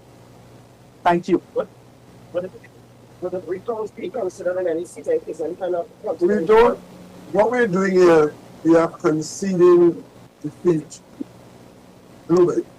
We do not have final figures for any constituency. We have some preliminary numbers that indicate that we've lost seats. We have seen trends that indicate that we are not likely to win those seats. We have some figures, some outstanding polling divisions to come in. We are sufficiently knowledgeable about those polling divisions historically to know that we will not be able to overcome the challenges ahead of us in the particular constituency. So what we are doing here, we know that we have lost the election. But to tell you which seat and by what margin and which number, we can't do that now. In a matter of a few hours, some hours, when the numbers come in from the East, those answers will come. Dr. Rowley, there's a perception that you went out on top when you resigned as Prime Minister. But now, the political party that you lead, you've lost this election. How do you think this loss will impact your time? I have no time. My time is ended. The only thing I'm doing now is getting ready to hand over the political leadership. But your time as political leader, how do you think this loss impacts it or affects it? Well, when you contest, whether it is cricket, football, election, being second is a possibility. Somebody else could always win. That's why they call it a contest. Dr. Rowley, you wish that you had been a little bit more involved in terms of, going on the political platform more often with your successor? No. I think I supported my colleagues. I didn't want to be overly involved because you yourself, be saying that I am in fact, how are you going to put it? You were going to say that I am, yeah, you were going to be saying that young had the tongue, but I had the truth. That wasn't what I wanted. As a member of the party and as political leader, I came out in a measured way to provide support to the team, and I have no regrets about that, and I think I did as much as I could have done. And I didn't want to do anymore because, frankly, I took myself out of the arena by resigning as Prime Minister and by indicating that I'm leaving as political leader. After 40 odd years, that was my decision, and I hope that you will accept it for what it is. Thank you all very much, and enjoy the rest of the results, and we look forward to the new dawn tomorrow. Thank you. Thank you. All right. That was something that we did not expect. Not necessarily saying that we didn't expect a PNM defeat. That was very well within the realm of possibility. This was too close to call. But the concession of the amount of seats... No, I'm not surprised. A couple of weeks You're a little bit surprised. No. Yes, you are a little bit surprised, Shane. I'll show you that list. What is I'll show you the list. You're a little bit surprised. I'll take the picture and I'll show you. What is the division? So the division seems to be, if we take it into consideration that point 14 appears to have been lost for the first time since 1986, right? If we're looking at it, we're looking at a 26 seats for the UNC, 2 for the TPP, and whatever the rest is, and we still have to verify. I created a list 2 weeks ago, and I'll show it to you tonight. I'll send it for you. I created a list on my desk that I left home, and it had 28 seats on it. And I said to myself, maybe I am being too lenient. But what I heard tonight, and what I've seen tonight, I've seen a political junior standing in front of his political senior. First and foremost, the rant again of a madman that has not acknowledged the fact that he has done this country and the people of this country a great disservice for 10 years. I've been engaged in a conversation this morning with someone in CARICOM, and the conversation I was having was about whether the hardship of Trinidad and Tobago economically was organic or man-made. Because when we look around us, we look at Barbados, and we look at Jamaica, and we look at Guyana, and we look at Suriname, clearly something was happening that was something economically wrong. Mr. Williams, as a representative of a Tobago division of one of the main business chambers in the country, what could you say from that perspective? Business leaders who you have spoken to, are they looking at the P&M policies and saying, hey, this is potentially something that we don't want to risk another 5 years or more? Well, we were looking at it from the Tobago point of view, and we were looking at some of the initiative that was spoken on the platform, and some of them were asking themselves, why now? Why for the last 9 years? And these things didn't happen. Because as you know, we in Tobago and the business community have suffered a real loss, and we are going through dire issues here in Tobago. And we were looking for some game changer coming up. So when we see the terminal bill, and we said, yes, look, we see some hope. And then we were talking about even access to Forex and access to direct investment coming in Tobago. So we were asking for the land license to go, and some other issues that were putting into Tobago development we were asking for the last couple of years, and nothing was happening. And so I know for sure that we would definitely have some things moving. I expected the representative here from the Tobago People Partnership, the Tobago People Party, will really go down and advocate to get some of these things going, because we're not going to wait. We can't wait any longer. We are already drowned now. We are in survival mode now in Tobago, and we need to see some things happening. Well, is there any concern that if the UNC has 26 seats, they might not need the TPP to help them get the majority?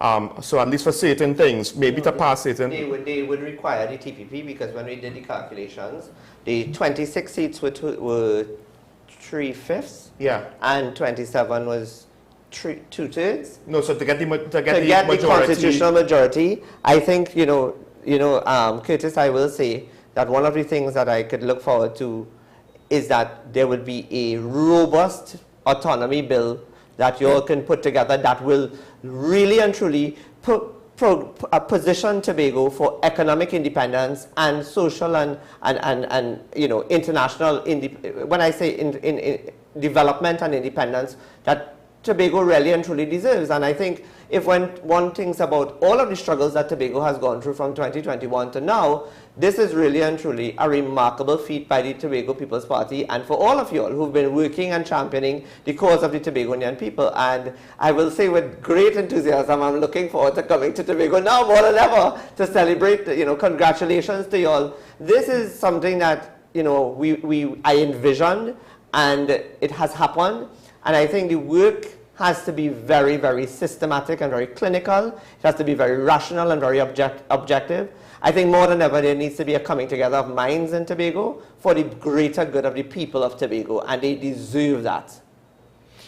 You can't say it any better, because that was one of the things that we were talking about, that the central government and the THA were just distance apart. Every Monday morning is a cuss out. Yes. Every Monday morning is someone calling someone something. And we asked, if Tobago is to develop, we need to be speaking to central government. We need to be speaking to Trinidad. It is still one country, Trinidad and Tobago. Yes, and I will say this as well. If whatever is brought to the table by the central government, I mean, at this stage, it doesn't matter whether the rhetoric of whether the TPP and the UNC is in an alliance and all of that. I think at the end of the day, we are one country, Trinidad and Tobago. We are one people, Trinbagonians. I think one of the things I would like to see in the next 5 years from a Kamala Persad-Bissessar administration is that we change our name from Trinidadian and Tobagonian to Trinbagonian, right? If we could make the steel pan a national, international product and put it on our coat of arms, why can't we be Trinbagonians together? But I think whatever is offered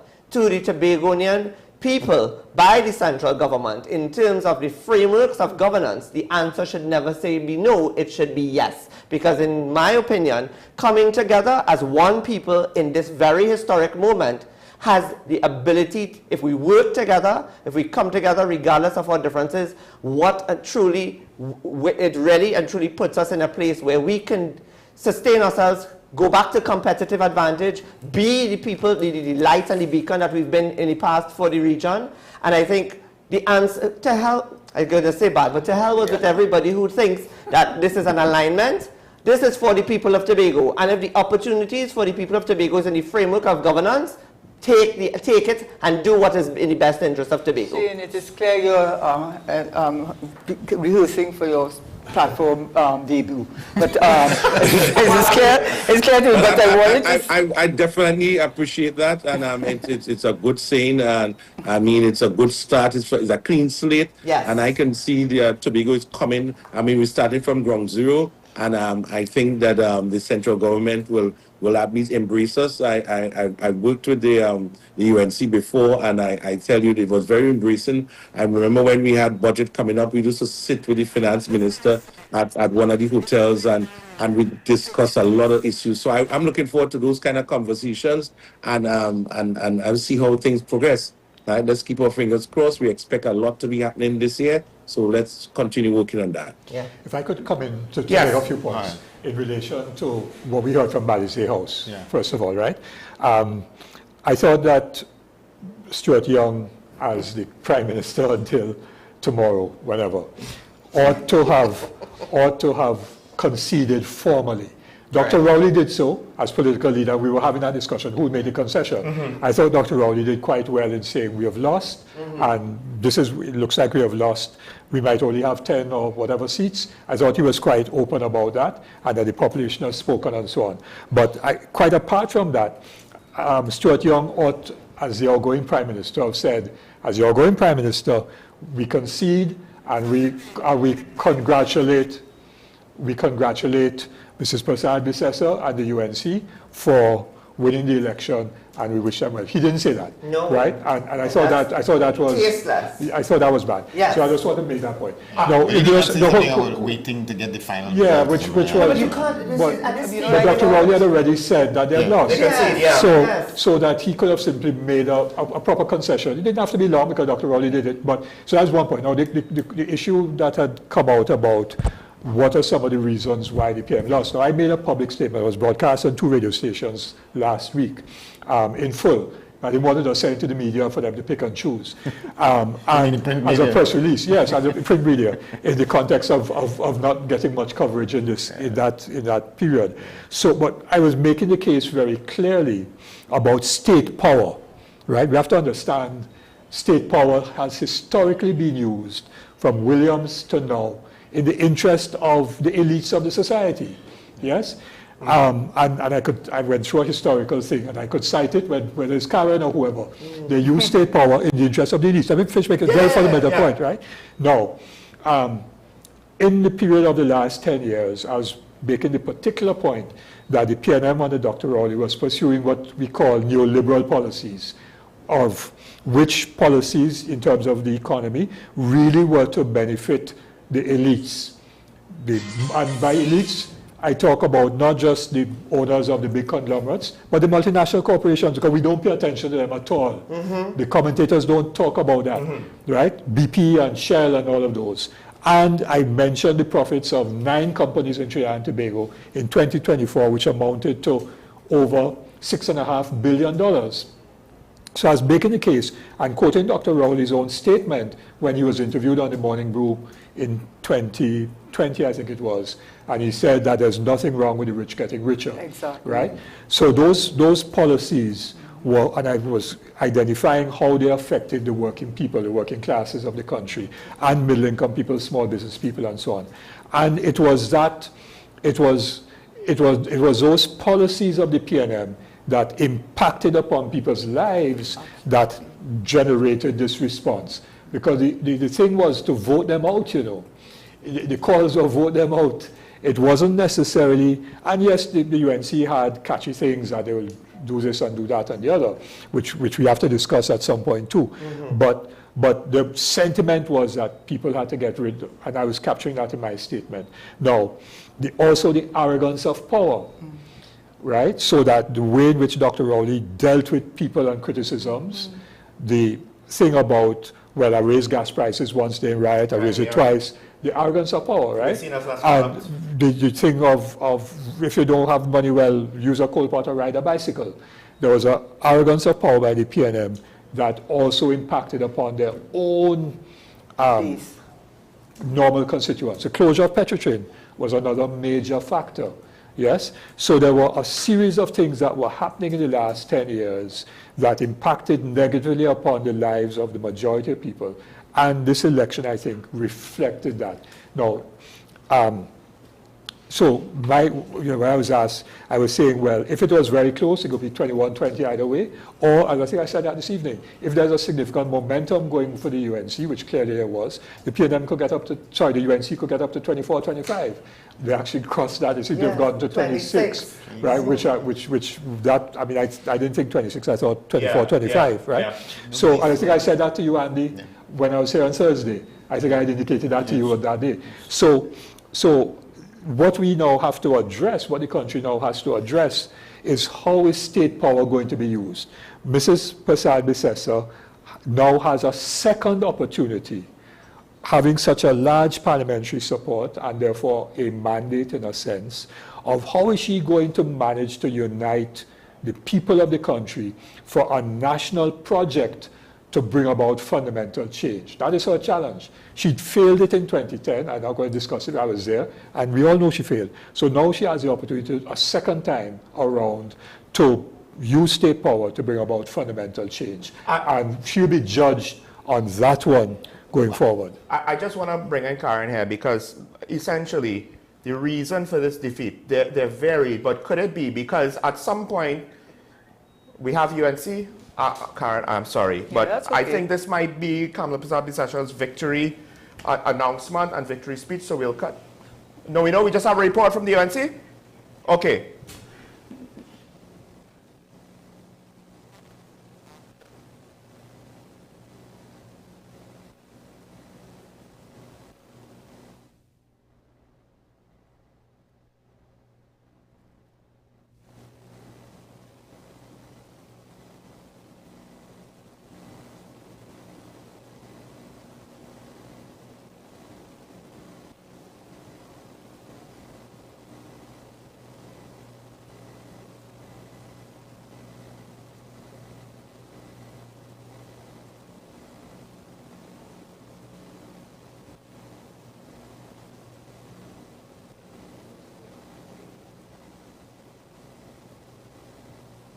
I think it's going out live.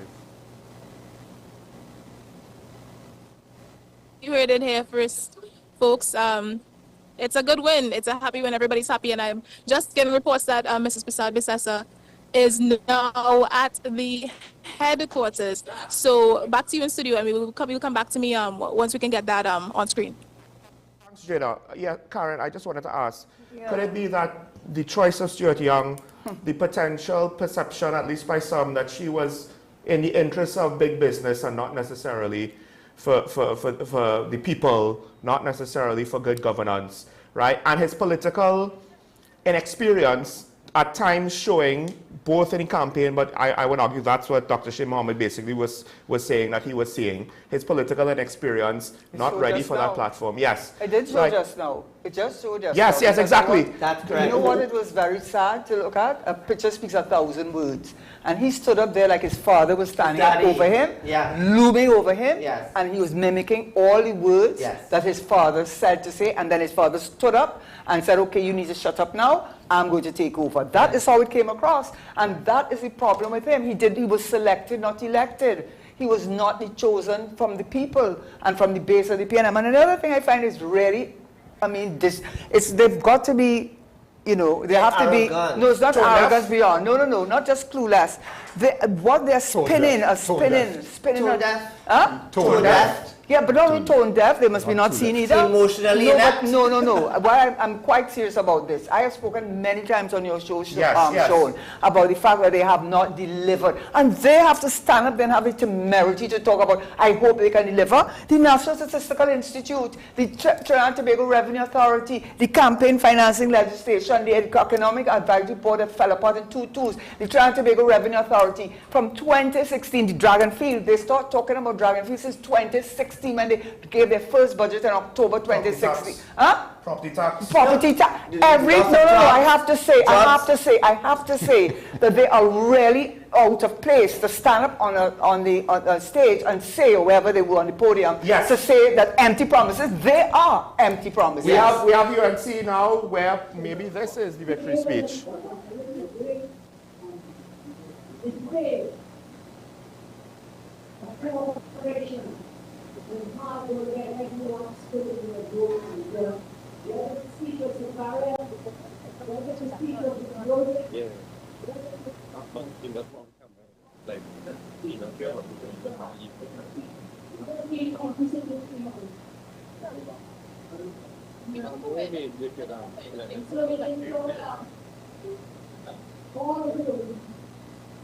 Thank you for showing up. Thank you for staying on the board and leaving on the way on. I say thank you for your support within this campaign. Thank you for your wonderful. I'm letting the world know that we, the people of the real power, is to that Tobago. Try and get defined. Try and get defined. I don't. Just take individual interviews. Nothing techniques, nothing financial, but all the money.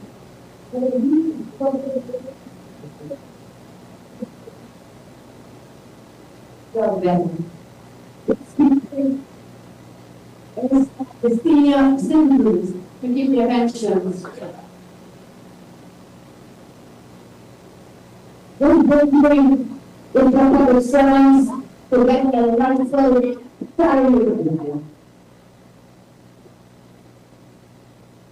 This victory is to be open the children's hospital. This victory is to be open to children. This victory is once again in laptops for our children.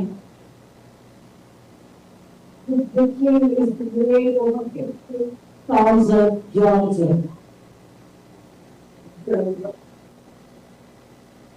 The victory is yours. Now that the US has won, everybody. We have been campaign based on policies, plans, and programs. After years, we spent listening to you, taking note of your wants, your needs.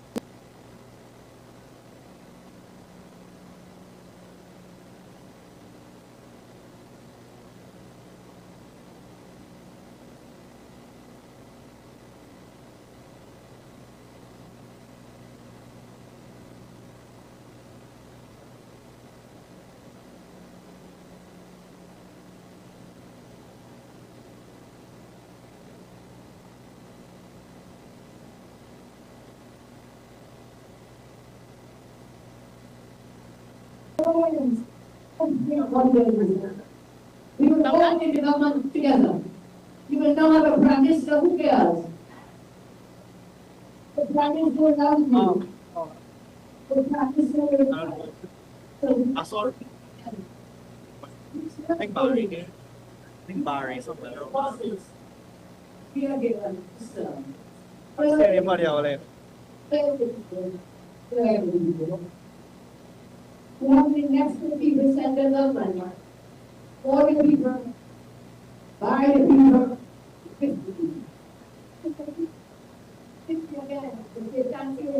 Serve the people. Serve the people. Serve the people.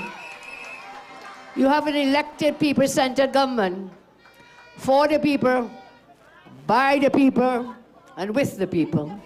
So permit me again to say thank you. Thank you. Let us rejoice and celebrate this day in our history. This has been a tremendous blessing. And once again, I thank you, Trinidad and Tobago. We will be with you every step of the way over the next 5 years and beyond. And I want to say tonight, and beyond, I want to say tonight to all our candidates who gave everything that they did, every muscle, every sinew they strained and worked so hard. Give it up for all our candidates of the UNC. Give it up for the candidates of the coalition of interests. And I say, get ready to win. It is time to win, because now that the UNC did win, everybody wins. I have told you before, I have always told you, you have had leaders before me. You will have leaders after me.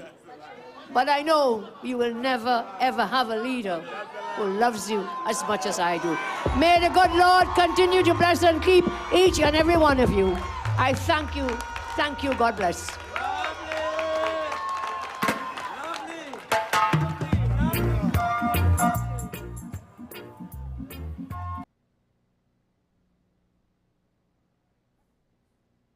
In history, true, as being the first prime minister to deliver 2 landslide victories in modern history. But with 2 defeats in between, But that to is the- a no, very... She is the comeback kid. Yeah. She's the political comeback kid. And I said at the start of this this journey, what is her legacy going to be? Is she going to be in a blaze of glory, or would she not? And she's in a blaze of glory. At the moment. At the moment. But you know what I love? In the beginning, the umpteen thank yous, the umpteen thank yous, the thank yous, the thank yous, the thank yous, the umpteen thank yous that she would have given to Trinidad and Tobago. I tend to be, and there's a part of me that the country doesn't know that I get emotional for national issues and national matters, right? And, you know, you give somebody, and I also believe, and I've grown up in both a Muslim and a Christian home, and there's a saying that God appoints and he unappoints. And maybe in 2010, God gave her the opportunity to go and see what the land of glory and frankincense and myrrh looks like. And after 5 years, he realized... Waxing poetic? Yeah. I mean, you have to give your philosophical, right? My political philosophy. Maybe he gave it to the opportunity to taste it, and after 5 years, he realized that they didn't appreciate it, and he placed her in the political desert to go through all of that tribulation, political tribulation, to find that fate, because I've realized that the lady has, you know, in this election campaign, a lot of things was based on the, you know, the hymns and the songs and the praises and all of that, and he's given her back glory. My advice tonight to the United National Congress and to this government, you've been given a huge mandate by the people of Trinidad and Tobago. You've given a second chance by the people of Trinidad and Tobago. There's a lot of hard work. I'm quoting Mrs. Prasad Bisasa. There's a lot of hard work that needs to go into the country to bringing it back up to standard, to bringing it back to safety, security, prosperity, development, diversification. There's a lot of hard work. 5 years flies in such a short time when things are good. And she now has to choose the cabinet as critically and as objectively and as rationally, but a cabinet that is going to be so very versed and hard-working to not just sustain a government for 5 years, but I'm a Machiavellian.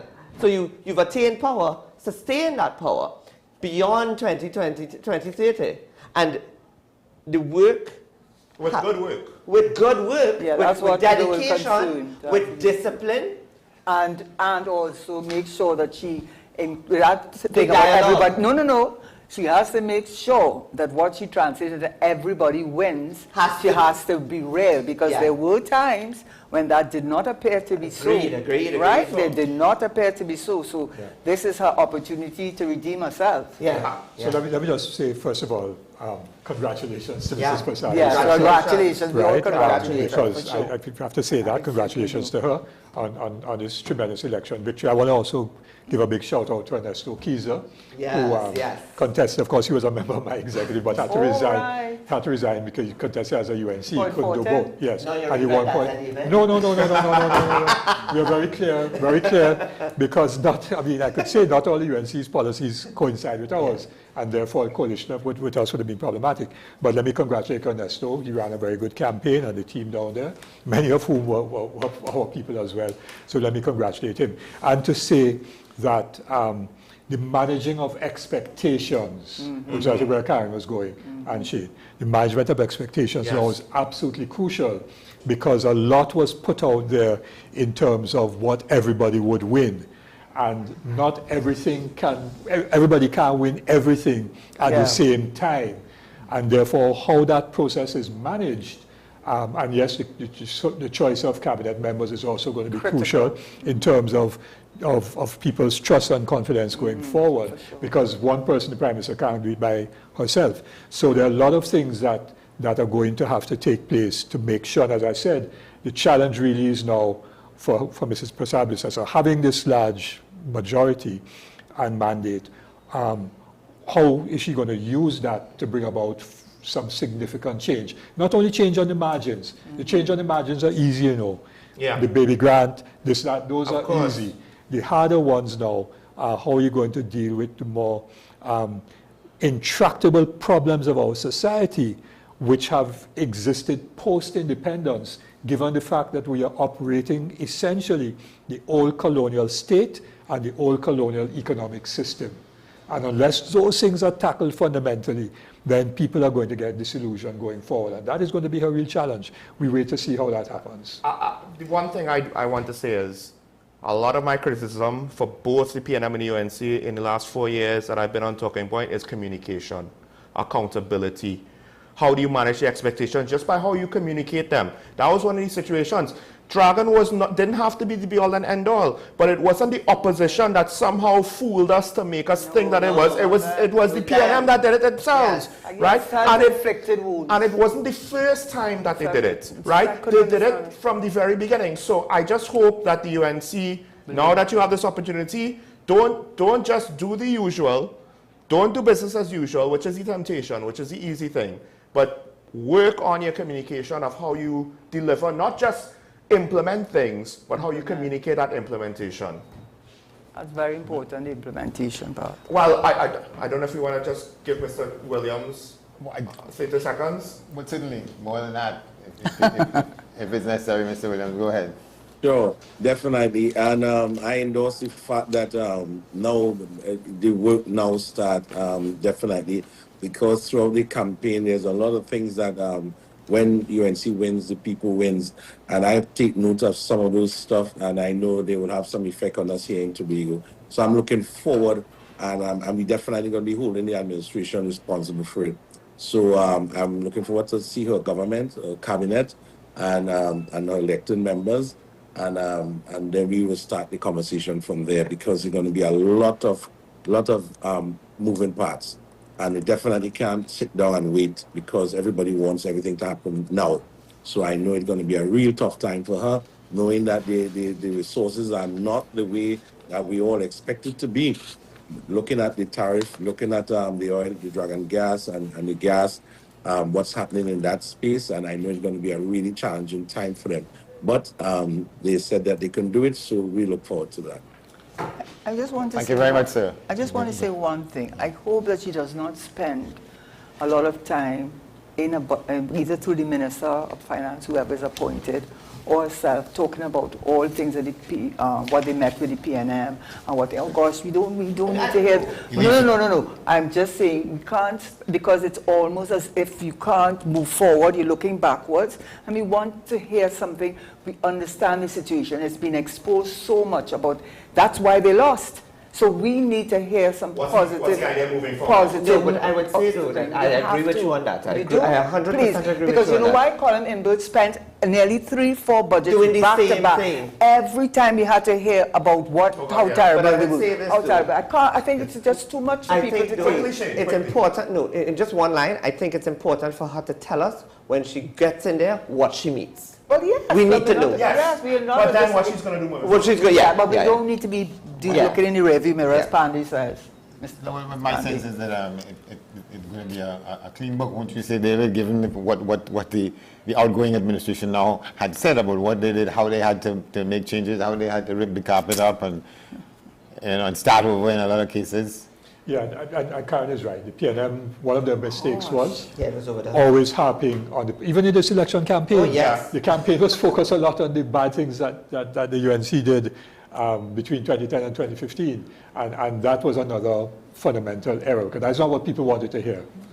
People there's now a sense of hope, but hope has to be now translated into some forms of concrete reality in terms of improving people's day-to-day lives. That is what is going to be essential. Well, hope on one side, but I'm seeing significant despondency on the other side. The way in which that lady was portrayed by some people in the public, and particularly in the lead up to the election and so on. So some people... And so the question would be, I mean, Dr. Rowley and Sir Young saying the PNM will be rebuilt.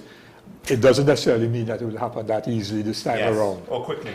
Why does it have to be rebuilt? He said, there's such a contradiction. That whole thing is a contradiction because the whole thing we're going to transform it. So what were you doing the last 9.5 years? And we're going to rebuild it. So then you thought that you did a bad job. Yeah. I mean, they are so conflicted. And that, what's his name? Stuart Young. Sorry, I don't mean to be disrespectful to him.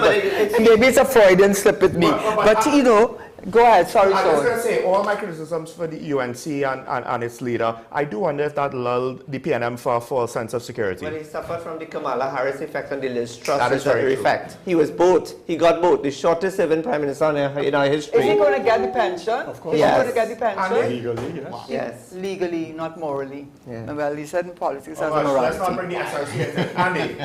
No, that's true. But I think it's a new way forward. There's a lot of catching up to do. I think the PNM has to be seen to be rebuilt because the edifice that they put up in this last election about going after the opposition, and a lot of people now will be taking that into account, how we move forward, given what was told about the presumed unworthiness of this lady to be back in the politics and to be back as Prime Minister. I think there has to be significant reckoning in the weeks ahead before we can settle down to go forward. Well, we want to thank you for staying with us here on WESN. This has been coverage, I think, like I was saying, that more excitement was happening here, but on the issues, and with seriousness behind it. We want to thank all our guests over the last couple of hours. Well, it's just after 11. We got here just after 7. Thank you very much for watching. Election 2029. We know the results. 2025. We're all tired now. Election 2025. Well, there's more to come. As between now and when the new government is put into place, we will stay on top of all of that for you. So keep watching WESN. On behalf of all of us, good evening. And good night. Right. Good night, folks.